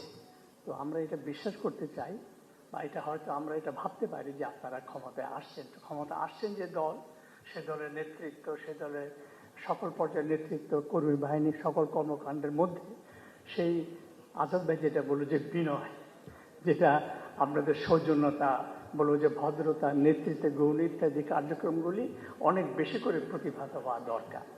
আর এই প্রসঙ্গে আসে যে আপনারা যে নির্বাচনের তালিকা প্রার্থিতা করেছেন, এই বিষয়ে কিন্তু মানুষের মধ্যে খুব একটা উৎসাহ প্রবল তেমন না, অনেক ক্ষেত্রে কিছু কিছু জায়গাতে, কোনো জায়গাতে এটা আপনাদের বিবেচনা করার সুযোগ আছে কিনা আমি বলতে পারবো না, কিন্তু এইসব বিষয় হয়তো আপনারা একটু ভেবে দেখতে পারেন। এইভাবে যদি আমি দেখি, তাহলে আমি আশা করব এত বড় করে আপনারা সভা ডেকে আমাদেরকে আমন্ত্রণ জানিয়েছেন, খুবই ভালো উদ্যোগ। এবং আমাদের এখানে অনেক ভালো আলোচনা হয়েছে। আর এটা সবচেয়ে ভালো হলো যে এটা কেউ বলতে পারবে না যে বিএনপি পন্থী সাংবাদিকদের সমাবেশ হয়েছে, বা শরীফ ভাই তার পুরনো পছন্দ লোকদের এখানে উপস্থিত করেছেন। শরীফ ভাই করেন নাই, আমি ওনার একটা দীর্ঘ সময় ভক্ত মানুষ হিসেবে বলি যে সবাই যে এখানে উপস্থিত করেছেন এটা একটা বড় শক্তি, আপনাদের বড় সফলতা। সেটা সালাউদ্দিন আহমেদের বিনয় হোক বা দলের প্রতি আমাদের কিছুটা আস্থা বা সমর্থন বা ভাল লাগা থেকে যেভাবে বলি না কেন, এটাও একটা বড় গুরুত্বপূর্ণ। আজাদ ভাই যেটা বললেন 6 মাস অনেক দূর, যে একটা বৈঠক সাংবাদিকদের সঙ্গে সম্পাদকদের সঙ্গে, এটা যদি মাসে হলে ভালো হয়, না হলে 3 মাসে হতে পারে। আর এটা আমি দেখেছি যে বিগত সরকারের 15 বছর আমলে শুধু তাদের পছন্দের মতো সম্পাদক সাংবাদিকদের তারা আমন্ত্রণ জানাতেন। কিছু কিছু সংবাদপত্র, আমাদের সংবাদপত্র বলতে গেলে নিষিদ্ধ ছিল। আর শফিকুর রহমান আর মাহমুদুর রহমানের কথা আমি নাই বললাম এখানে, ওনারা তো জেলেই ছিলেন একটা সময়, নানাভাবে নিপীড়িত, দেশের ভেতরে দেশের বাইরে একটা ছিলেন তারা। আর তার বাইরে যদি আমি যাই, যে আজকে যে অবস্থার পরিবর্তন বা সময়ের কথা যেভাবে আপনারা প্রথম আলো, ডেইলি স্টার বা সংবাদপত্রের উপরে হামলা আক্রমণ নিয়ে বলেছেন, এটা ব্যক্তিগতভাবে আমরা সবাই আপনাদের প্রতি বিশেষভাবে কৃতজ্ঞ। এই সংকটময় সময় আমাদের জন্য যখন একটা বড় দুর্যোগ, তখন আপনারা সবাই দলমত নির্বিশেষে সকল ধরনের পত্রিকা, সকল সাংবাদিক, সকল ইউনিয়ন, সকল আমাদের প্রেস ক্লাব আমাদের সাথে দাঁড়িয়েছে। এটা একটা বড়, আমি মনে করি যে এই প্রকাশটাও আমাদের সংবাদপত্র বা ভবিষ্যৎ সংবাদপত্রের সম্ভাবনা, গণতন্ত্রের সম্ভাবনা নিয়ে খুব ভালো একটা ক্ষেত্র জায়গা তৈরি হয়েছে। এটা রক্ষা করতে পারলে আমাদের জন্য খুব ভালো হবে। আর এই প্রসঙ্গেই নির্বাচন চাই, নির্বাচন হোক সুষ্ঠু। আমি সবসময় এটা বলে এসেছি এবং আমি সবসময় বলতাম যে যত কিছু হোক না নির্বাচন হবে। অনেকে সন্দেহ প্রশ্ন করতো, আমি তাদেরকে বলতাম যে আমি কোনো কিছুই সন্দেহ করি না, ভাবি না। কিন্তু এখন আমার মনের মধ্যে একটু মনে মনে প্রশ্ন যাচ্ছে যে সময়টা যাচ্ছে, আগামী দিনগুলি কেমন যাবে, আগামী 2টা মাস কেমন চলবে, বিগত কয়েকদিনের যে ঘটনা তার কি প্রভাব হবে, কতটুকু হবে, এই নির্বাচনটা কতটুকু ভালো হতে পারবে, প্রশ্ন আমার মধ্যে জেগেছে। আর নির্বাচন উত্তর সরকার প্রতিষ্ঠা করলে বিএনপি কেমন করতে পারে সংবাদপত্রের সঙ্গে। আমাদের অভিজ্ঞতায় বিগত 50 দশকে আসলে কোনো সরকার আমলে সংবাদপত্র শিল্প নানা কারণে খুব ভালো থাকতে পারেনি, নানা রকম সমস্যার মধ্যে দিয়ে গেছে। তার মধ্যে আমি পার্থক্য করতে চাই, বিগত 15-16 বছর বিগত স্বৈরাচারী সরকার আমলে সবচেয়ে বেশি নিপীড়ন, চাপ, ভয়, ভীতির মধ্যে দিয়ে সংবাদপত্রকে যেতে হয়েছে, আমাদেরকেও যেতে হয়েছে। কারো কারো ক্ষেত্রে এটা ভয়ঙ্কর রূপ ধারণ করেছে। আমি আবারও শফিকুর রহমানের নাম বলবো, তাকে জেলে যেতে হয়েছে মিথ্যা অজুহাতে, মিথ্যা মামলা ভিত্তিতে। এটা বোধহয় আমাদের 50 বছরের ইতিহাসে সামরিক বেসামরিক সরকারের মধ্যেকার সবচেয়ে একটা কঠিন সময় বিগত 15 বছর। এটা শুধু প্রথম আলোর জন্য প্রযোজ্য না, সকল ক্ষেত্রেই প্রযোজ্য। আর কামাল আহমেদ যেটা সর্বশেষ বলে গেলেন যে ডিজিএফআই বা অন্যান্য গোয়েন্দা সংস্থাগুলো যেভাবে সরাসরি হস্তক্ষেপ করেছে রাতের বেলা, দিনের বেলা, সকালবেলা, নানা ক্ষেত্রে নানাভাবে, সেটাও একদম অগ্রহণযোগ্য। আর আমাদের ক্ষেত্রে এটা ছিল পত্রিকা মালিকের নিয়ে নেওয়া, বদলে ফেলা, সম্পাদককে বদল করে দেওয়া, শেয়ার বিক্রি করে দেওয়া। এটা ছিল সর্বশেষ চেষ্টা। যদি জুলাই আগস্টের পরিবর্তন না হতো তাহলে প্রথম আলো এই মালিকানা বা এই সম্পাদক বা এই পরিবেশ অবস্থা থাকতো না। সেদিক থেকে আমরা একটা সরাসরি বড় আকারে কি বলবো, এটা উপকার আমাদের জন্য হয়েছে। ক্ষুদ্রভাবে প্রথম আলোর জন্য আমরা রক্ষা পেয়ে গেছি। এরপরে আমি যদি বলি যে তার মধ্যে বলবো যে 15 বছর বললাম, আর বিএনপি শাসন আমলে খুব স্বস্তিতে ছিলাম তা না। আমি যদি পার্থক্য করি যে সরকারের মধ্যে বিএনপির ক্ষেত্রে অধিকতর স্বস্তি জায়গ ছিল। আমি এখানে একটা ছোট্ট উদাহরণ হাজির করতে চাই যে এত বিএনপির হাত তালি যারা দিয়েছে তারা বিএনপি না ভাই, গণমাধ্যমের কথাটাকে শোনে। সেটা হচ্ছে যে যখন শেখ হাসিনা 2096 সালে ক্ষমতা আসলো, তার কিছুদিন পরে কিন্তু ছাত্রলীগের দৌরাত্ম প্রচন্ড বেড়ে গেল সারা দেশে, সর্বত্র। ঢাকা বিশ্ববিদ্যালয়ে প্রশ্ন আমরা লিখলাম প্রধানমন্ত্রী ছাত্রলীগের সামলা। উনি প্রচণ্ড খেপে গেলেন, প্রকাশ্যে জনসভায় গালমন্দ করলেন, কিন্তু ছাত্রলীগের দৌরত্ব চলতেই থাকলো। পরে লিখলাম, প্রধানমন্ত্রী শেখ হাসিনা ছাত্রলীগকে সামলাতে পারলেন না। শেষ বিএনপি জিতছে নির্বাচনে 2001 সালে, মোটামুটি ওরকমই ঢাকা বিশ্ববিদ্যালয়ের সারা দেশে। আমি আবারও লিখলাম, প্রধানমন্ত্রী খালেদা জিয়া ছাত্রদেরকে সামলান, এবং তিনি সামলানোর চেষ্টা করলেন। আমি এটা জানি, সরাসরি আমার সাথে কথা হয়েছিল স্বরাষ্ট্র প্রতিমন্ত্রী, প্রধানমন্ত্রীর বিশেষ সহকারী এবং জনাব তারেক রহমান। তারা আমাকে আশ্বস্ত করলেন সেদিনই রাতে যে আমরা ব্যবস্থা নিচ্ছি, মতি ভাই আপনি দেখেন। এবং সত্য, ঢাকা বিশ্ববিদ্যালয়ের ছাত্রদের নিষিদ্ধ হয়েছিল, আপনাদের মনে আছে? আছে, হ্যাঁ। এবং ছাত্রদলের সভাপতি তখন একজন সংসদ সদস্য নাসিরউদ্দিন পিন্টু গ্রেফতার হয়েছিলেন। এই পদক্ষেপ তিনি নিয়েছিলেন বিএনপি সরকার, যদিও পরে সেই অবস্থাটা থাকেনি, নানা কারণ থাকতে পারে। তো এটা একটা বড় পার্থক্য। আর এটা সত্য, 2001 সাল থেকে 2000 সরকারের মধ্যে বিএনপি কতগুলি বড় বড় ভুল করেছিল। এখন আমি মনে করি সেগুলি বড় ভুল ছিল, এবং এটা বারবার আমি এটা উল্লেখ করার চেষ্টা করি। এখনও নেতৃবৃন্দের সঙ্গে দেখা হলে সে কথা উল্লেখ করি আমি। সেগুলি নিয়ে আমরা কঠোরভাবে লেখালেখি করেছি। এখনও সেই লেখাগুলোকে আমি পক্ষেই থাকবো যদি আমাকে আপনারা কেউ জিজ্ঞেস করেন।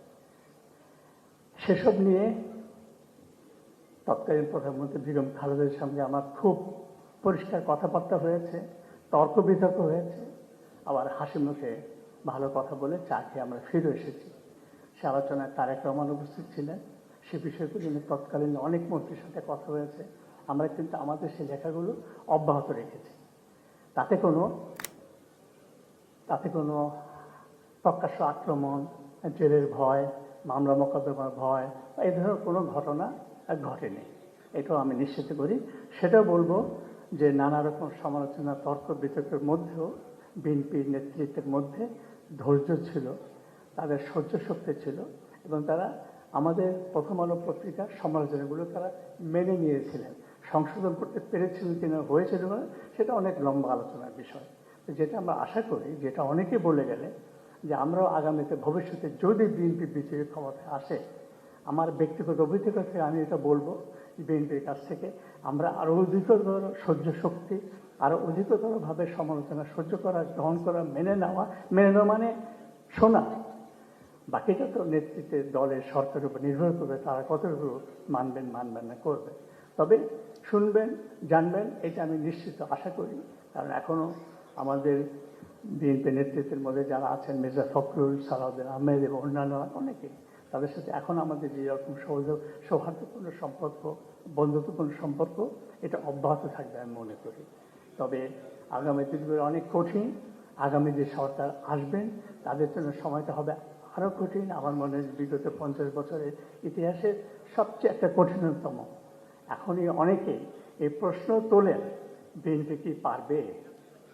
এত জটিলতা, এত কঠিন, এত সমস্যা তৈরি হচ্ছে বিগত 50 বছরে, 20 বছরে, 16 বছরে। এটাকে বিএনপি নেতৃত্ব পারবে কিনা? 3 বছর পারবে, 4 বছর পারবে, কে এমন কথা বলে 2 বছর পারবে। তাহলে কি হবে? তাহলে দেশের আরেকটা ভয়ঙ্কর বিপদের মুখে আমরা পড়ে যাব। আমরা ভয়ঙ্কর একটা যাত্রা হবে, যেখান থেকে আমাদের বের হওয়া কঠিন, যার লক্ষণ ইতিমধ্যে আমরা এখনই দেখতে পাচ্ছি। যে শক্তি উত্থান ঘটেছে, যে শক্তির প্রকাশ্যে যে ধরনের বক্তব্য তারা দিচ্ছেন, যে ধরনের কার্যক্রম তারা করছেন, এবং যে ধরনের কর্মকাণ্ড হয়েছে, যেভাবে সারা দেশে একটা মপতন্ত্র তৈরি হয়েছে, যুক্তি তর্কের বাইরে গিয়ে এবং কোনো রকম চিন্তা চেতনার বাইরে গিয়ে, এবং বাংলাদেশের যে ভিত্তিমূল, যার পক্ষে বিএনপি শক্তিশালী অবস্থান নিয়েছে, 71-এর মুক্তিযুদ্ধ এবং স্বাধীনতা এবং গণতন্ত্র এবং নির্বাচনের মধ্য দিয়ে ক্ষমতার পরিবর্তন, এটাই একমাত্র সমাধান সকল অনৈক্য, বিভেদ, বৃহৎ সংকট থেকে বের হয়ে আসা।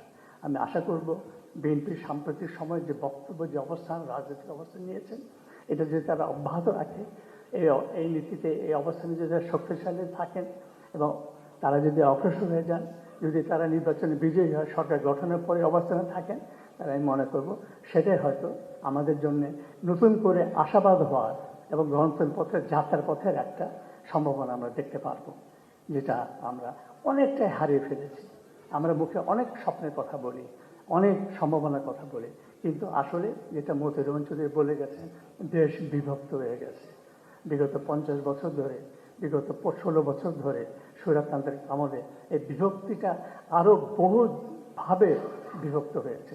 এর থেকে বেরোয় আসা একটা কঠিন কঠিন সময়। সেখানে শুধু সংবাদপত্রের স্বাধীনতা নিশ্চিত করলে সেটা হয়ে যাবে তেমন তো মোটেই না। এটা যে যিনি সরকার গঠন করবে, যদি বিএনপি সরকার গঠন করে, যদি তারেক রহমানই প্রধানমন্ত্রী হন, তাহলে কিন্তু একটা জাতীয় ঐক্য সমঝোতার পরিবেশ তৈরি করার বিষয়টা সবচেয়ে গুরুত্বপূর্ণ। এত বিরোধ, এত বিভেদ, এত সংকট নিয়ে কোনো দেশ চলতে পারে না, কোনো সমাজ টিকতে পারে না, কোনো সরকার পরিচালনা করা সম্ভব না। সেটা সবচেয়ে বড় দায়িত্ব, এবং সেটা করতে গেলে অবশ্যই আপনাকে সমালোচনা শুনতে হবে। সেখানে অবশ্যই সংবাদপত্রের কথাও আপনাদেরকে শুনতে হবে। আমি সংবাদপত্রের পক্ষে একচেটিয়া সব ভালো কথা বলবো না। সংবাদপত্র সবসময় আমরা ভালো করতে পারি সেটা না, আমাদের মধ্যে বিভেদ আছে, বিরোধ আছে, সমস্যা আছে, এবং অনলাইন এবং ডিজিটাল এবং ফেসবুক এবং ইউটিউব ইত্যাদির মধ্যে দিয়ে সারা জগৎ, সারা দুনিয়াতে বাংলাদেশে একদম ছিন্ন ভিন্ন বিভক্ত হয়ে পড়েছে।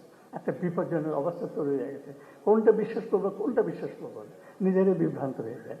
সে জায়গাতে আপনারা সরকার, আপনারা দল যদি সরকার করেন, আপনারা যদি দল, ইতিমধ্যে আপনারা কিন্তু বিরাট আক্রমণের মুখে।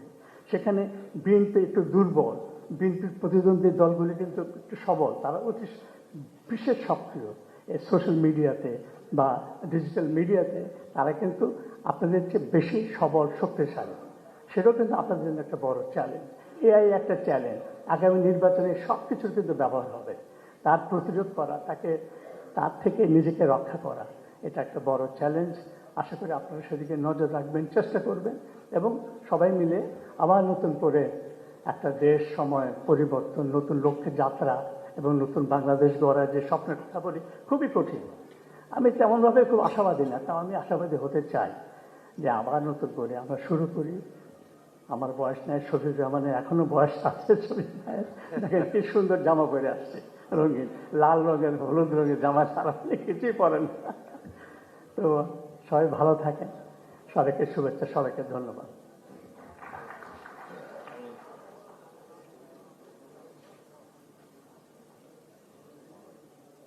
ওখানে বসেই বলতে পারতাম, শুধু ইজ্জত দেওয়ার জন্য দাঁড়িয়ে এখানে আপনাদের সবাইকে ধন্যবাদ দিতে চাচ্ছি। লাল গোলাপ শুভেচ্ছা পরে হবে। জাতীয় ঐক্য এবং অপশক্তিকে রোখা, এই দুইটি গুরুত্বপূর্ণ বিষয় আমি আপনার বক্তব্যের মধ্য থেকে বেছে নিয়েছি। বাকিগুলো সহযোগিতা, গঠনমূলক সমালোচনা, সরকারের সাথে বোঝাপড়া ইত্যাদি, এগুলা সব গতানুগতিক। এই জাতীয় ঐক্য, জাতীয় স্বার্থে ধরে রাখার জন্য আপনাদের সহযোগিতা খুবই প্রয়োজন, এছাড়া হবে না। যে অপশক্তির উত্থান সবাই বলে গিয়েছেন, মতি ভাই হয়তো আর একটু প্রকাশ্যে বলেছেন, সেই অপশক্তির উত্থানটা আমরা লক্ষ্য করেছি বিশেষ করে 5ই আগস্টের পরবর্তী সময় থেকে এখন পর্যন্ত। সেটার একটা রূপ, চেহারা এবং কর্ম গত কয়েকদিন আমরা লক্ষ্য করেছি, প্রকাশিত হয়েছে। সুতরাং জাতীয় ঐক্যকে ধরে রাখবো এবং জাতীয়ভাবে আমাদের সবাই এই বিষয়টাতে যাতে সচেতন হতে পারি, সে বিষয়ে আপনাদের সংবাদপত্র এবং ইলেকট্রনিক মিডিয়ার ভূমিকা অনেক বেশি গুরুত্বপূর্ণ। আপনাদের কাছে ক্ষমা চেয়ে নিচ্ছি, 2টো বেজে গেছে, লাঞ্চের সময়। এখন আমাদের সবার বয়োজ্যেষ্ঠ লাল গোলাপ খ্যাত আমাদের শফিক ভাই আপনাদের সাথে কথা বলে আমাদের এই অনুষ্ঠানটা শেষ করব। তারপরে পাবেল ভাই আপনাদের মধ্যাহ্নভোজের জন্য আমন্ত্রণ করবেন পাশের রুমে। আমাদের মধ্যে যারা কোনো কারণে, মিডিয়ার কারণে আমাদের ভাইরা চলে যেতে চাইবেন, আপনারা প্যাকেট নিয়ে যেতে পারবেন। আর আশা করি আপনারা সবাই বুফে লাঞ্চ যাই হোক সেটা আপনারা সমালোচনা ছাড়া গ্রহণ করবেন। এখানে কোনো সমালোচনা করা যাবে না, কারণ আমরা কৃচ্ছতা সাধনের চেষ্টা করেছি। ধন্যবাদ।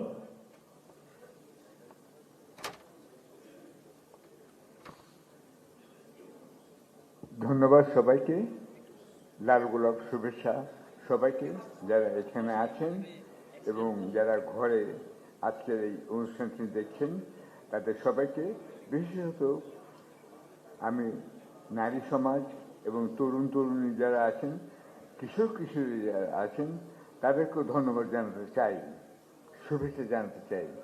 আমার বয়স 91, সুতরাং বুঝতেই পারছেন যে আমি ছোটদের কথা আমার খুব মনে পড়ছে। তারা তো আমাকে দেখেনি, তারা জানে না জায়জাদিন কি, অনেকে লাল গোলাপও জানে না। আমি এখন একটা মিউজিয়ামে পদার্থ হয়ে গিয়েছি, সেই হিসেবে আপনারা আমাকে দেখেছেন, ধন্যবাদ। যাই হোক, আমি প্রথমে এখানে এসেই যে একটি লোকের অভাব খুব বোধ করছি, অনুপস্থিতি বোধ করছি, তার স্মরণে আমি সম্মান এবং শোক প্রকাশ করছি। তিনি হচ্ছেন ডক্টর রেজওয়ান সিদ্দিকী। তিনি আজকে এখানে উপস্থিত নেই, তিনি মারা গেছেন। তিনি কিন্তু দৈনিক দিনকালের সম্পাদনার দায়িত্বে ছিলেন এবং তিনি অত্যন্ত কঠিন অবস্থা অতিক্রম করে গিয়েছেন। আমি চাই না ভবিষ্যতে ডক্টর রেজওয়ান সিদ্দিকীর মতন এরকম একটা অনিশ্চিত জীবনযাপন করতে হয় কোনো সাংবাদিককে এখানে। আমি কিছুটা হয়তো সাংবাদিক সমালোচনা আমার করতেই হবে। সাংবাদিকরা আমি ক্লাস 10 থেকেই পত্রিকা সম্পাদনা করি এবং একটি কাজই আমি করেছি, যদিও সাইডওয়েজ আমি চার্টার্ড অ্যাকাউন্টেন্টও একজন বটে। সুতরাং এখানে সেই হিসেবে আমি অন্তর্বর্তী সরকারকে ধন্যবাদ জানাতে চাই, প্রশংসা করতে চাই কয়েকটি কারণে। আমার বলতেই হবে যে এরকম একটি যে সভা হতে পারছে, আপনারা সবাই এখানে নিশ্চিত কথা বলতে পারছেন এবং আপনারা জানেন এটা কেউ যে কোথাও সরকারকে যে রিপোর্ট করবে না যে কামাল সাহেব এরকম কথা বলেছেন, মতি সাহেব এরকম কথা বলেছেন, মাহফুজ এরকম কথা বলছেন। এটা যে আপনাদের কত বড় স্বস্তি, এটা আপনারা বুঝতে পারছেন না হয়তো, কিন্তু করছেন। আমি যেহেতু অনেক সময় আমাকে লন্ডনে নির্বাসিত থাকতে হয়েছে, বিদেশে নির্বাসিত থাকতে হয়েছে, আমি এই যে মুক্ত চিন্তা, মুক্ত বাতাস এবং যে আরেকটা হচ্ছে যে আপনার দুশ্চিন্তা নিয়ে আপনাকে কথা বলতে হয়, এটা থেকে আপনারা মুক্ত হচ্ছেন এবং এই জন্য অন্তর্বর্তী সরকারকে আমি ধন্যবাদ জানাতে চাই। আরও দুটি কারণে ধন্যবাদ জানাতে চাই। তারা এখানে আপনার তেলের দাম ঠিক রেখেছেন, সয়াবিন তেল থেকে শুরু করে ধান চালের দাম ঠিক রেখেছেন, নিত্য প্রয়োজনীয় দ্রব্যদের দাম ঠিক রেখেছেন এবং সবচেয়ে বড় কথা যে এই অন্তর্বর্তীকালীন সরকার ডলারের দাম ঠিক রেখেছে। আপনাকে বুঝতে হবে এই ডলারের দামের সঙ্গে অনেক কিছু সংযুক্ত। ও আরেকটা জিনিস, পানি, এই যে পানি আমরা খাচ্ছি এটাও কিন্তু আমাদের দুশ্চিন্তার বিষয় দাঁড়াচ্ছে। পানির দেশ বাংলাদেশে পানি এখন কিন্তু বোতলজাত পানি হচ্ছে এবং কিছুদিন আগে একটি সম্মেলনে জনাব তারেক রহমান বলেছেন পানি আমাদের এখন মেঘনা থেকে আনতে হচ্ছে। আমাদের এই অবস্থা, এইগুলি কিন্তু আসল অবস্থা। সোনার দাম বেড়ে গেছে আপনারা জানেন এবং ডলার দাম তারপর স্থিতিশীল রাখা হয়েছে এবং পানি এখনো পাচ্ছেন, গ্যাস এখনো পাচ্ছেন, ধান এখনো পাচ্ছেন। অন্তর্বর্তী সরকারের এই সাফল্যগুলো আপনারা ভুলে যাবেন না। সাংবাদিকদের দায়িত্ব সমালোচনা করা, ঠিক আছে, কিন্তু প্রশংসা করাও তাদের দায়িত্ব, এটা আমার মনে রাখতে হবে। আমি এখানে যখন আবার ফিরে পেলাম জায়জাদিন, আমি সম্পাদকীয় বিভাগকে বলেছি তোমরা খেয়াল রাখবে একটা ছোটোখাটো প্রশংসার কাজও হয় যদি ব্যক্তিগতভাবে সরকারিভাবে, ওই কথাটা সম্পাদকীয়তে লিখো, খালি সমালোচনা করো না। সাংবাদিকদের দায়িত্ব কিন্তু প্রশংসা এবং সমালোচনা দুটো করাই উচিত। এখন আমি একজন লোকের কথা বলতে চাই, তিনি হচ্ছেন সিপি স্কট। তিনি গার্ডিয়ান পত্রিকার সম্পাদক ছিলেন এবং সবার কাছে কিন্তু তিনি বিশ্বের সেরা সম্পাদক হিসেবে এখনও বিবেচিত। তার কথাটা আমাদের যেমন লা ইলাহা ইল্লাল্লাহ আছে, তার কথাটা সাংবাদিকদের কিন্তু কলেমার মতন। তিনি বলে গিয়েছেন একটা কথা, Opinion is free, but facts are sacred. অর্থাৎ আপনি যে কোনো মতামত দিতে পারেন, কিন্তু ফ্যাক্টস যখন দিবেন তখন একটা অ্যাবসলিউট কারেক্ট হতে হবে। প্রত্যেকটা সাংবাদিককে সেটা মনে রাখতে হবে। আমি আমার পত্রিকার আমার নতুন করে সবাইকে শেখাতে হচ্ছে, opinion is free but facts are sacred. এটা সিপি স্কট বলেছিলেন। আমি আমার পত্রিকা অফিসে একটা যন্ত্র প্রেস তার নামে উৎসর্গ করেছি। আরেকটা হচ্ছে ভল্টেয়ারের নামে। ভল্টেয়ার বলেছিলেন যে তোমার মতামত আমি একদিন না করতে পারি, কিন্তু তোমার মতামত রক্ষার জন্য আমি জীবন দিতে পারি। সাংবাদিকদের কিন্তু এই দুটো কথা মনে রাখতে হবে। মনে রেখেই আপনাদের অনুরোধ করছি, সাংবাদিক হয়ে যাওয়া মানে ফ্রি লাইসেন্স পেয়ে যাওয়া, সরকারের সমালোচনা করা, ইউনুস সাহেবের সমালোচনা করা, এটা কিন্তু নয়।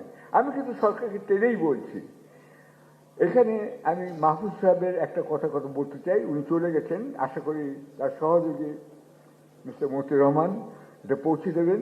তিনি বলেছেন যে সাংবাদিকরা ভুল করতে পারে। ধন্যবাদ এই কথাটা বলার জন্য। সরকারও ভুল করতে পারে, সাংবাদিকও ভুল করতে পারে, কিন্তু তার চেয়ে বড় কথা হচ্ছে এই ভুলটা স্বীকার করার সৎসাহস থাকতে হবে। মতিউর রহমানকে জানিয়ে দিতে চাই, তিনি যদি মাহমুদকে বলেন, আমি তাকে অতি বিনয়ী আখ্যা দিচ্ছি, কেন তিনি বিশাল ভুল করেছিলেন 1/11 হওয়ার পরে, এবং সেই ভুল তিনি কিন্তু টেলিভিশনে সকলের সামনে স্বীকার করেছিলেন। Thank you mister Mahfuz Anam.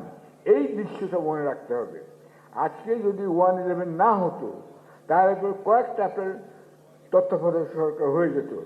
এখানে কেউ কেউ আছেন সাংবাদিক, তারা কিন্তু তত্ত্বাবধায়ক সরকারের বিরোধিতা করেছিলেন, যার ফলে আপনারা জানেন যে 1/11 হতে পারল। এটাও কিন্তু সাংবাদিকরা বিশাল ভুল করেছিলেন। তা যদি না হতো তাহলে হয়তো 2008 সালের নির্বাচনে বা 7 সালের নির্বাচনে বিএনপি জিতত অথবা আওয়ামী লীগ জিতত। কিন্তু যা খালেদা জিয়ার যে অবদান, এটা আপনাদের অনেক কিছু মনে রাখতে হবে। তার অবদান কিন্তু হচ্ছে যে এই যে তত্ত্বাবধায়ক সরকার করে গিয়েছিলেন, সেই ধারা যদি অব্যাহত থাকতো তাহলে কত ভালো হতো। আপনারা চিন্তা করুন, খালেদা জিয়া তত্ত্বাবধায়ক সরকার করে হেরে যাওয়ার পরে তিনি সূক্ষ্ম কারচুপি, স্থূল কারচুপি এসবের কথা না বলে তিনি নীরবে বিদায় নিয়ে চলে গেলেন। আওয়ামী লীগ ক্ষমতা এলো 96-এ। তারপরে আবার দেখুন 2001 সালে অত্যন্ত অপ্রত্যাশিতভাবে আওয়ামী লীগের বিএনপি আবার ক্ষমতায় ফিরে আসলো। এই যে চেঞ্জ অফ গভর্নমেন্ট হচ্ছিল, আপনার 3টা তত্ত্বাবধায়ক সরকার আন্দোলনে নির্বাচন হলো, এই ধারাটা যারা বন্ধ করলেন তারা জানেন, এবং তাদেরকে আমি এখনো বুঝতে অনুরোধ করছি যে এইটা যেন না হয়। যদি বিএনপি আবার ক্ষমতা আসে, তারপরে কি হবে আমি জানি না, সেটা পরের কথা। কিন্তু সাংবাদিকদের সতর্ক থাকতে হবে। এই তত্ত্বাবধায়ক সরকার যদি ফিরে আসে, সেটা একটা জাতীয় সম্পদ, বিদেশে খুবই প্রশংসিত হয়েছিল, কিন্তু এখানে কয়েকজন সাংবাদিক প্রচণ্ড ভুল করেছিলেন। ব্যক্তিগতভাবে তারা আমার কাছে স্বীকার করেছিলেন তারা ভুল করেছিলেন। এই ভুল যেন আর না হয়। সাংবাদিক মানেই কিন্তু যে আপনি একজন সৎ মানুষ তা কিন্তু নয়, অথবা আপনি নির্ভুল মানুষ তা কিন্তু নয়। আমার নিজের জীবনে ভুল হয়েছে, আপনাদের প্রত্যেকের জীবনে ভুল হবে, এটা কিন্তু হতেই পারে, কিন্তু সেটা স্বীকারও করতে হবে, এবং যাতে ওই ভুল আবার না হয় সেই পথে দেখতে হবে। আমি সাংবাদিকদের প্রতি খুবই অনুরোধ করছি, আপনারা সতর্ক থাকুন। এরপরে আমি চলে যাচ্ছি যে আজকের এই অনুষ্ঠানটার ব্যাপারটা, এটা কিন্তু আপনি খেয়াল করে দেখুন, খুবই ব্যতিক্রমী একটা অনুষ্ঠান হচ্ছে, তাই নয় কি? শেখ মুজিবও দেশে ফিরে এসেছিলেন, কিন্তু এরকম তো অনুষ্ঠান হয়নি। শেখ হাসিনাও দেশে ফিরে এসেছিলেন, এরকম অনুষ্ঠান তো তার ফেরার আগে হয়নি। এই যে মত বিনিময় সভা হচ্ছে আজকে তারেক রহমান ফিরে আসার আগে, চমৎকার কথা, কিন্তু এর জন্য প্রস্তুতি থাকা দরকার। খালি এখানে বক্তৃতা দিলেই হবে না। মনে করুন তারেক রহমান ফিরে এসেছেন, সেই দিন একটা বিচ্ছিন্ন ঘটনা ঘটতেও পারে এয়ারপোর্টে, অথবা রাস্তাঘাটে, যে কোনোখানে, অথবা অন্য শহরে। সেটাকেই যারা নির্বাচন বানচাল করতে চায় তারাই সেটাকে সেদিন খুব বড় করে দেখাবে। এইটা থেকে আমি বিএনপি যে আয়োজক এটা, তাদেরকে সতর্ক থাকতে হবে যে তারেক রহমান যেদিন ফিরে আসেন এবং তার পরবর্তী কয়েকদিন যেন কোনো বিচ্ছিন্ন কোট আনকোট ঘটনা যেন না ঘটে। এটা খুবই জরুরি, কেননা তারেক রহমান এবং বিএনপি এইট পাস না BA pass M A pass আমার কাছে কিছুই আসে যায় না। আমি নিজে একজন চার্টার্ড অ্যাকাউন্টেন্ট এবং সকলকে বলতে চাই যে আমি বড় বড় কোম্পানিতে কাজ করছি, প্যানামের কাজ করছি, ইন্টারকন্টিনেন্টালের কাজ করেছি, কিন্তু আমি সেটা বলি না। কিন্তু আজকে বলছি এই জন্য পাস করা কে কী করলো না করলো ইম্পর্টেন্ট না। আমার মতো অনেক চার্টার্ড অ্যাকাউন্টেন্ট আছে, আমি হাতে 5টা আঙুল দেখি বলি সব চার্টার্ড অ্যাকাউন্টেন্ট এক নয়, আমি এক নই। তোমরা তোমার মতো কাজ করো। আমি সাংবাদিক হবার জন্য চার্টার্ড অ্যাকাউন্টেন্ট হয়েছিলাম এবং হোটেল চাকরি ছেড়ে সাংবাদিকতা করছি এবং তার জন্য আমাকে বহু দণ্ড দিতে হয়েছে। আমার এক কানে শুনি না, এক কানে দেখি না, এক চোখে দেখি না। এটাই যখন আমি সলিটারি কনফাইনমেন্টে ছিলাম তখন আমার সেই অভিজ্ঞতা হয়েছে। যাই হোক, এখন আমি বলতে চাই এই যে দেশে ফেরার জন্য যে আয়োজনটা করা হয়েছে এবং ব্যতিক্রমী সভা করা হচ্ছে, এটা কিন্তু চলমান থাকে। এই চলমান থাকতে গেলে আবার আমি আরেকটা কথা বলবো সালাউদ্দিন সাহেবকে বিশেষ করে, কারণ তিনি হয়তো অনেক উপদেশ দেবেন, ম্যাডামের সঙ্গে কাজ করছেন তিনি, যে এই সাংবাদিকের সঙ্গে মত বিনিময় কিন্তু একটা চলমান প্রক্রিয়া। তবে এরকম সভা করে নয়, প্রতিটা সম্পাদকের সঙ্গে একদিন প্রত্যেক দিন কিন্তু আমি বিএনপি নেতাদের মিটিং করা উচিত। আজকে প্রথম আলো, কালকে ডেইলি স্টার, পরশু সমকাল, এদেরকে ডেকে এনে বলা উচিত ভাই আপনাকে মতো একসঙ্গে হলে হবে না, কেউ কারো কথা বলবে না, কেউ কাউকে বিশ্বাস করে না সাংবাদিকরা, এটাও মনে রাখবেন। সুতরাং সেখানে হবে কি একসঙ্গে গেলে পরে গ্রুপ আলোচনা হবে, থ্যাংক ইউ ভেরি মাচ বলে সবাই চলে যাবেন। তাহলে কিন্তু যে তারেক রহমান হোক বা অন্য যে কেউ হোক তারা কিন্তু মতামত জানবেন না। সম্পাদক এবং রিপোর্টার এদেরকে ডেকে ডেকে কিন্তু আমি মনে করি প্রতিদিনের কার্যক্রমের একটা কিন্তু অংশ হওয়া উচিত। এখানে আমি আমার এমপি 29 বছরের ম্যাডাম মার্গারেট থ্যাচার, তার কথা বলতে, তিনি আমার এমপি ছিলেন, 1000 গজ দূরে আমাদের বাড়ি ছিল। আচ্ছা, তিনি কিন্তু দুটো ক্যাবিনেট ছিল তার, একটা হচ্ছে সরকারি ক্যাবিনেট যারা এমপি থেকে হয়েছেন, আর হচ্ছে তার কিচেন ক্যাবিনেট, দেশের সেরা অর্থনীতিবিদ, সেরা ব্যবসায়ী, সেরা সম্পাদক, এদেরকে ডেকে নিয়ে বলতেন এই ইস্যুটাতে আমার ক্যাবিনেট তো এই মত, আপনাদের কি মতামত? এইটা জেনে তিনি দুটো ক্যাবিনেট সবার মত হচ্ছে যে এটা আপনাদের কিন্তু মনে রাখতে হবে, এটা একটা চলমান প্রক্রিয়া এবং আশা করি সেটা থাকবে। আর সবশেষে আবার ধন্যবাদ জানাতে চাচ্ছি অন্তর্বর্তী সরকার যে এখন পর্যন্ত ডলারের দাম ঠিক রেখেছে, কারণ সেটাই আসল কথা। ডলার ইজ ডলার, এটার থেকে বাইরে যাবার উপায় নেই। এই গ্যাসও থাকবে না, বিদ্যুৎ থাকবে না, কিছু থাকবে না। আপনারা অন্তর্বর্তী সরকারকে সাহায্য করুন এবং ইউনিসেফ যদিও চলে যান তার সাহায্য এবং উপদেশ দেবেন, এটুকু আমি আপনাদের কাছে অনুরোধ করছি। কারণ তিনি একজন অভিজ্ঞ লোক, ব্যাংকিং তিনি বোঝেন, এই যে ব্যাংকিং সিস্টেম তিনি ঠিক রেখেছে। ও আরেকটা কথা, সাইফুর রহমান সাহেবকে ক্রেডিট দিতে হবে, আজকে যে আমরা এসব মিটিং ফিটিং করতে পারছি, তিনি কিন্তু বিএনপির আমলেই বাংলাদেশের অর্থনৈতিক স্থিতিশীলতার একটা ব্যবস্থা করে দিয়েছেন। চিন্তা করুন, 76টা ব্যাংক এখানে গত সরকারের অপশাসনের সময় হয়েছে, যেখানে ইংল্যান্ডে বিগ 5 থেকে কমতে কমতে বিগ 3-তে এসে গেছে, সেখানে আমাদের সে 76টা ব্যাংক করেছে। শুধু তাই নয়, ক্রেডিট কার্ডগুলো কিন্তু এক ধরনের ব্যাংক, এগুলো অপচয় এবং এগুলো খুব খারাপ কাজ করা হয়েছে। এই দিকে আমি বলবো আপনারা যেই আলোচনা করুন, টাকাই কিন্তু মূল চালিকা শক্তি। ইভেন্চুয়ালি পত্রিকা অফিসে তো বেতন দিতে হয়, আপনারা সবাই সেটা বোঝেন, সাংবাদিকদের বেতন পেতে হবে, সুতরাং সেটা আপনারা করবেন। এবং এই দিকে আশা করি নতুন তত্ত্বাবধায়ক সরকার অথবা নতুন বিএনপি সরকার যেন মন দেয়, সেটাই। সবশেষে আমি কামনা করছি বেগম খালেদা জিয়া, ম্যাডাম খালেদা জিয়ার আশু সম্পূর্ণ সুস্থতা। ধন্যবাদ সবাইকে শোনার জন্য। Thank you.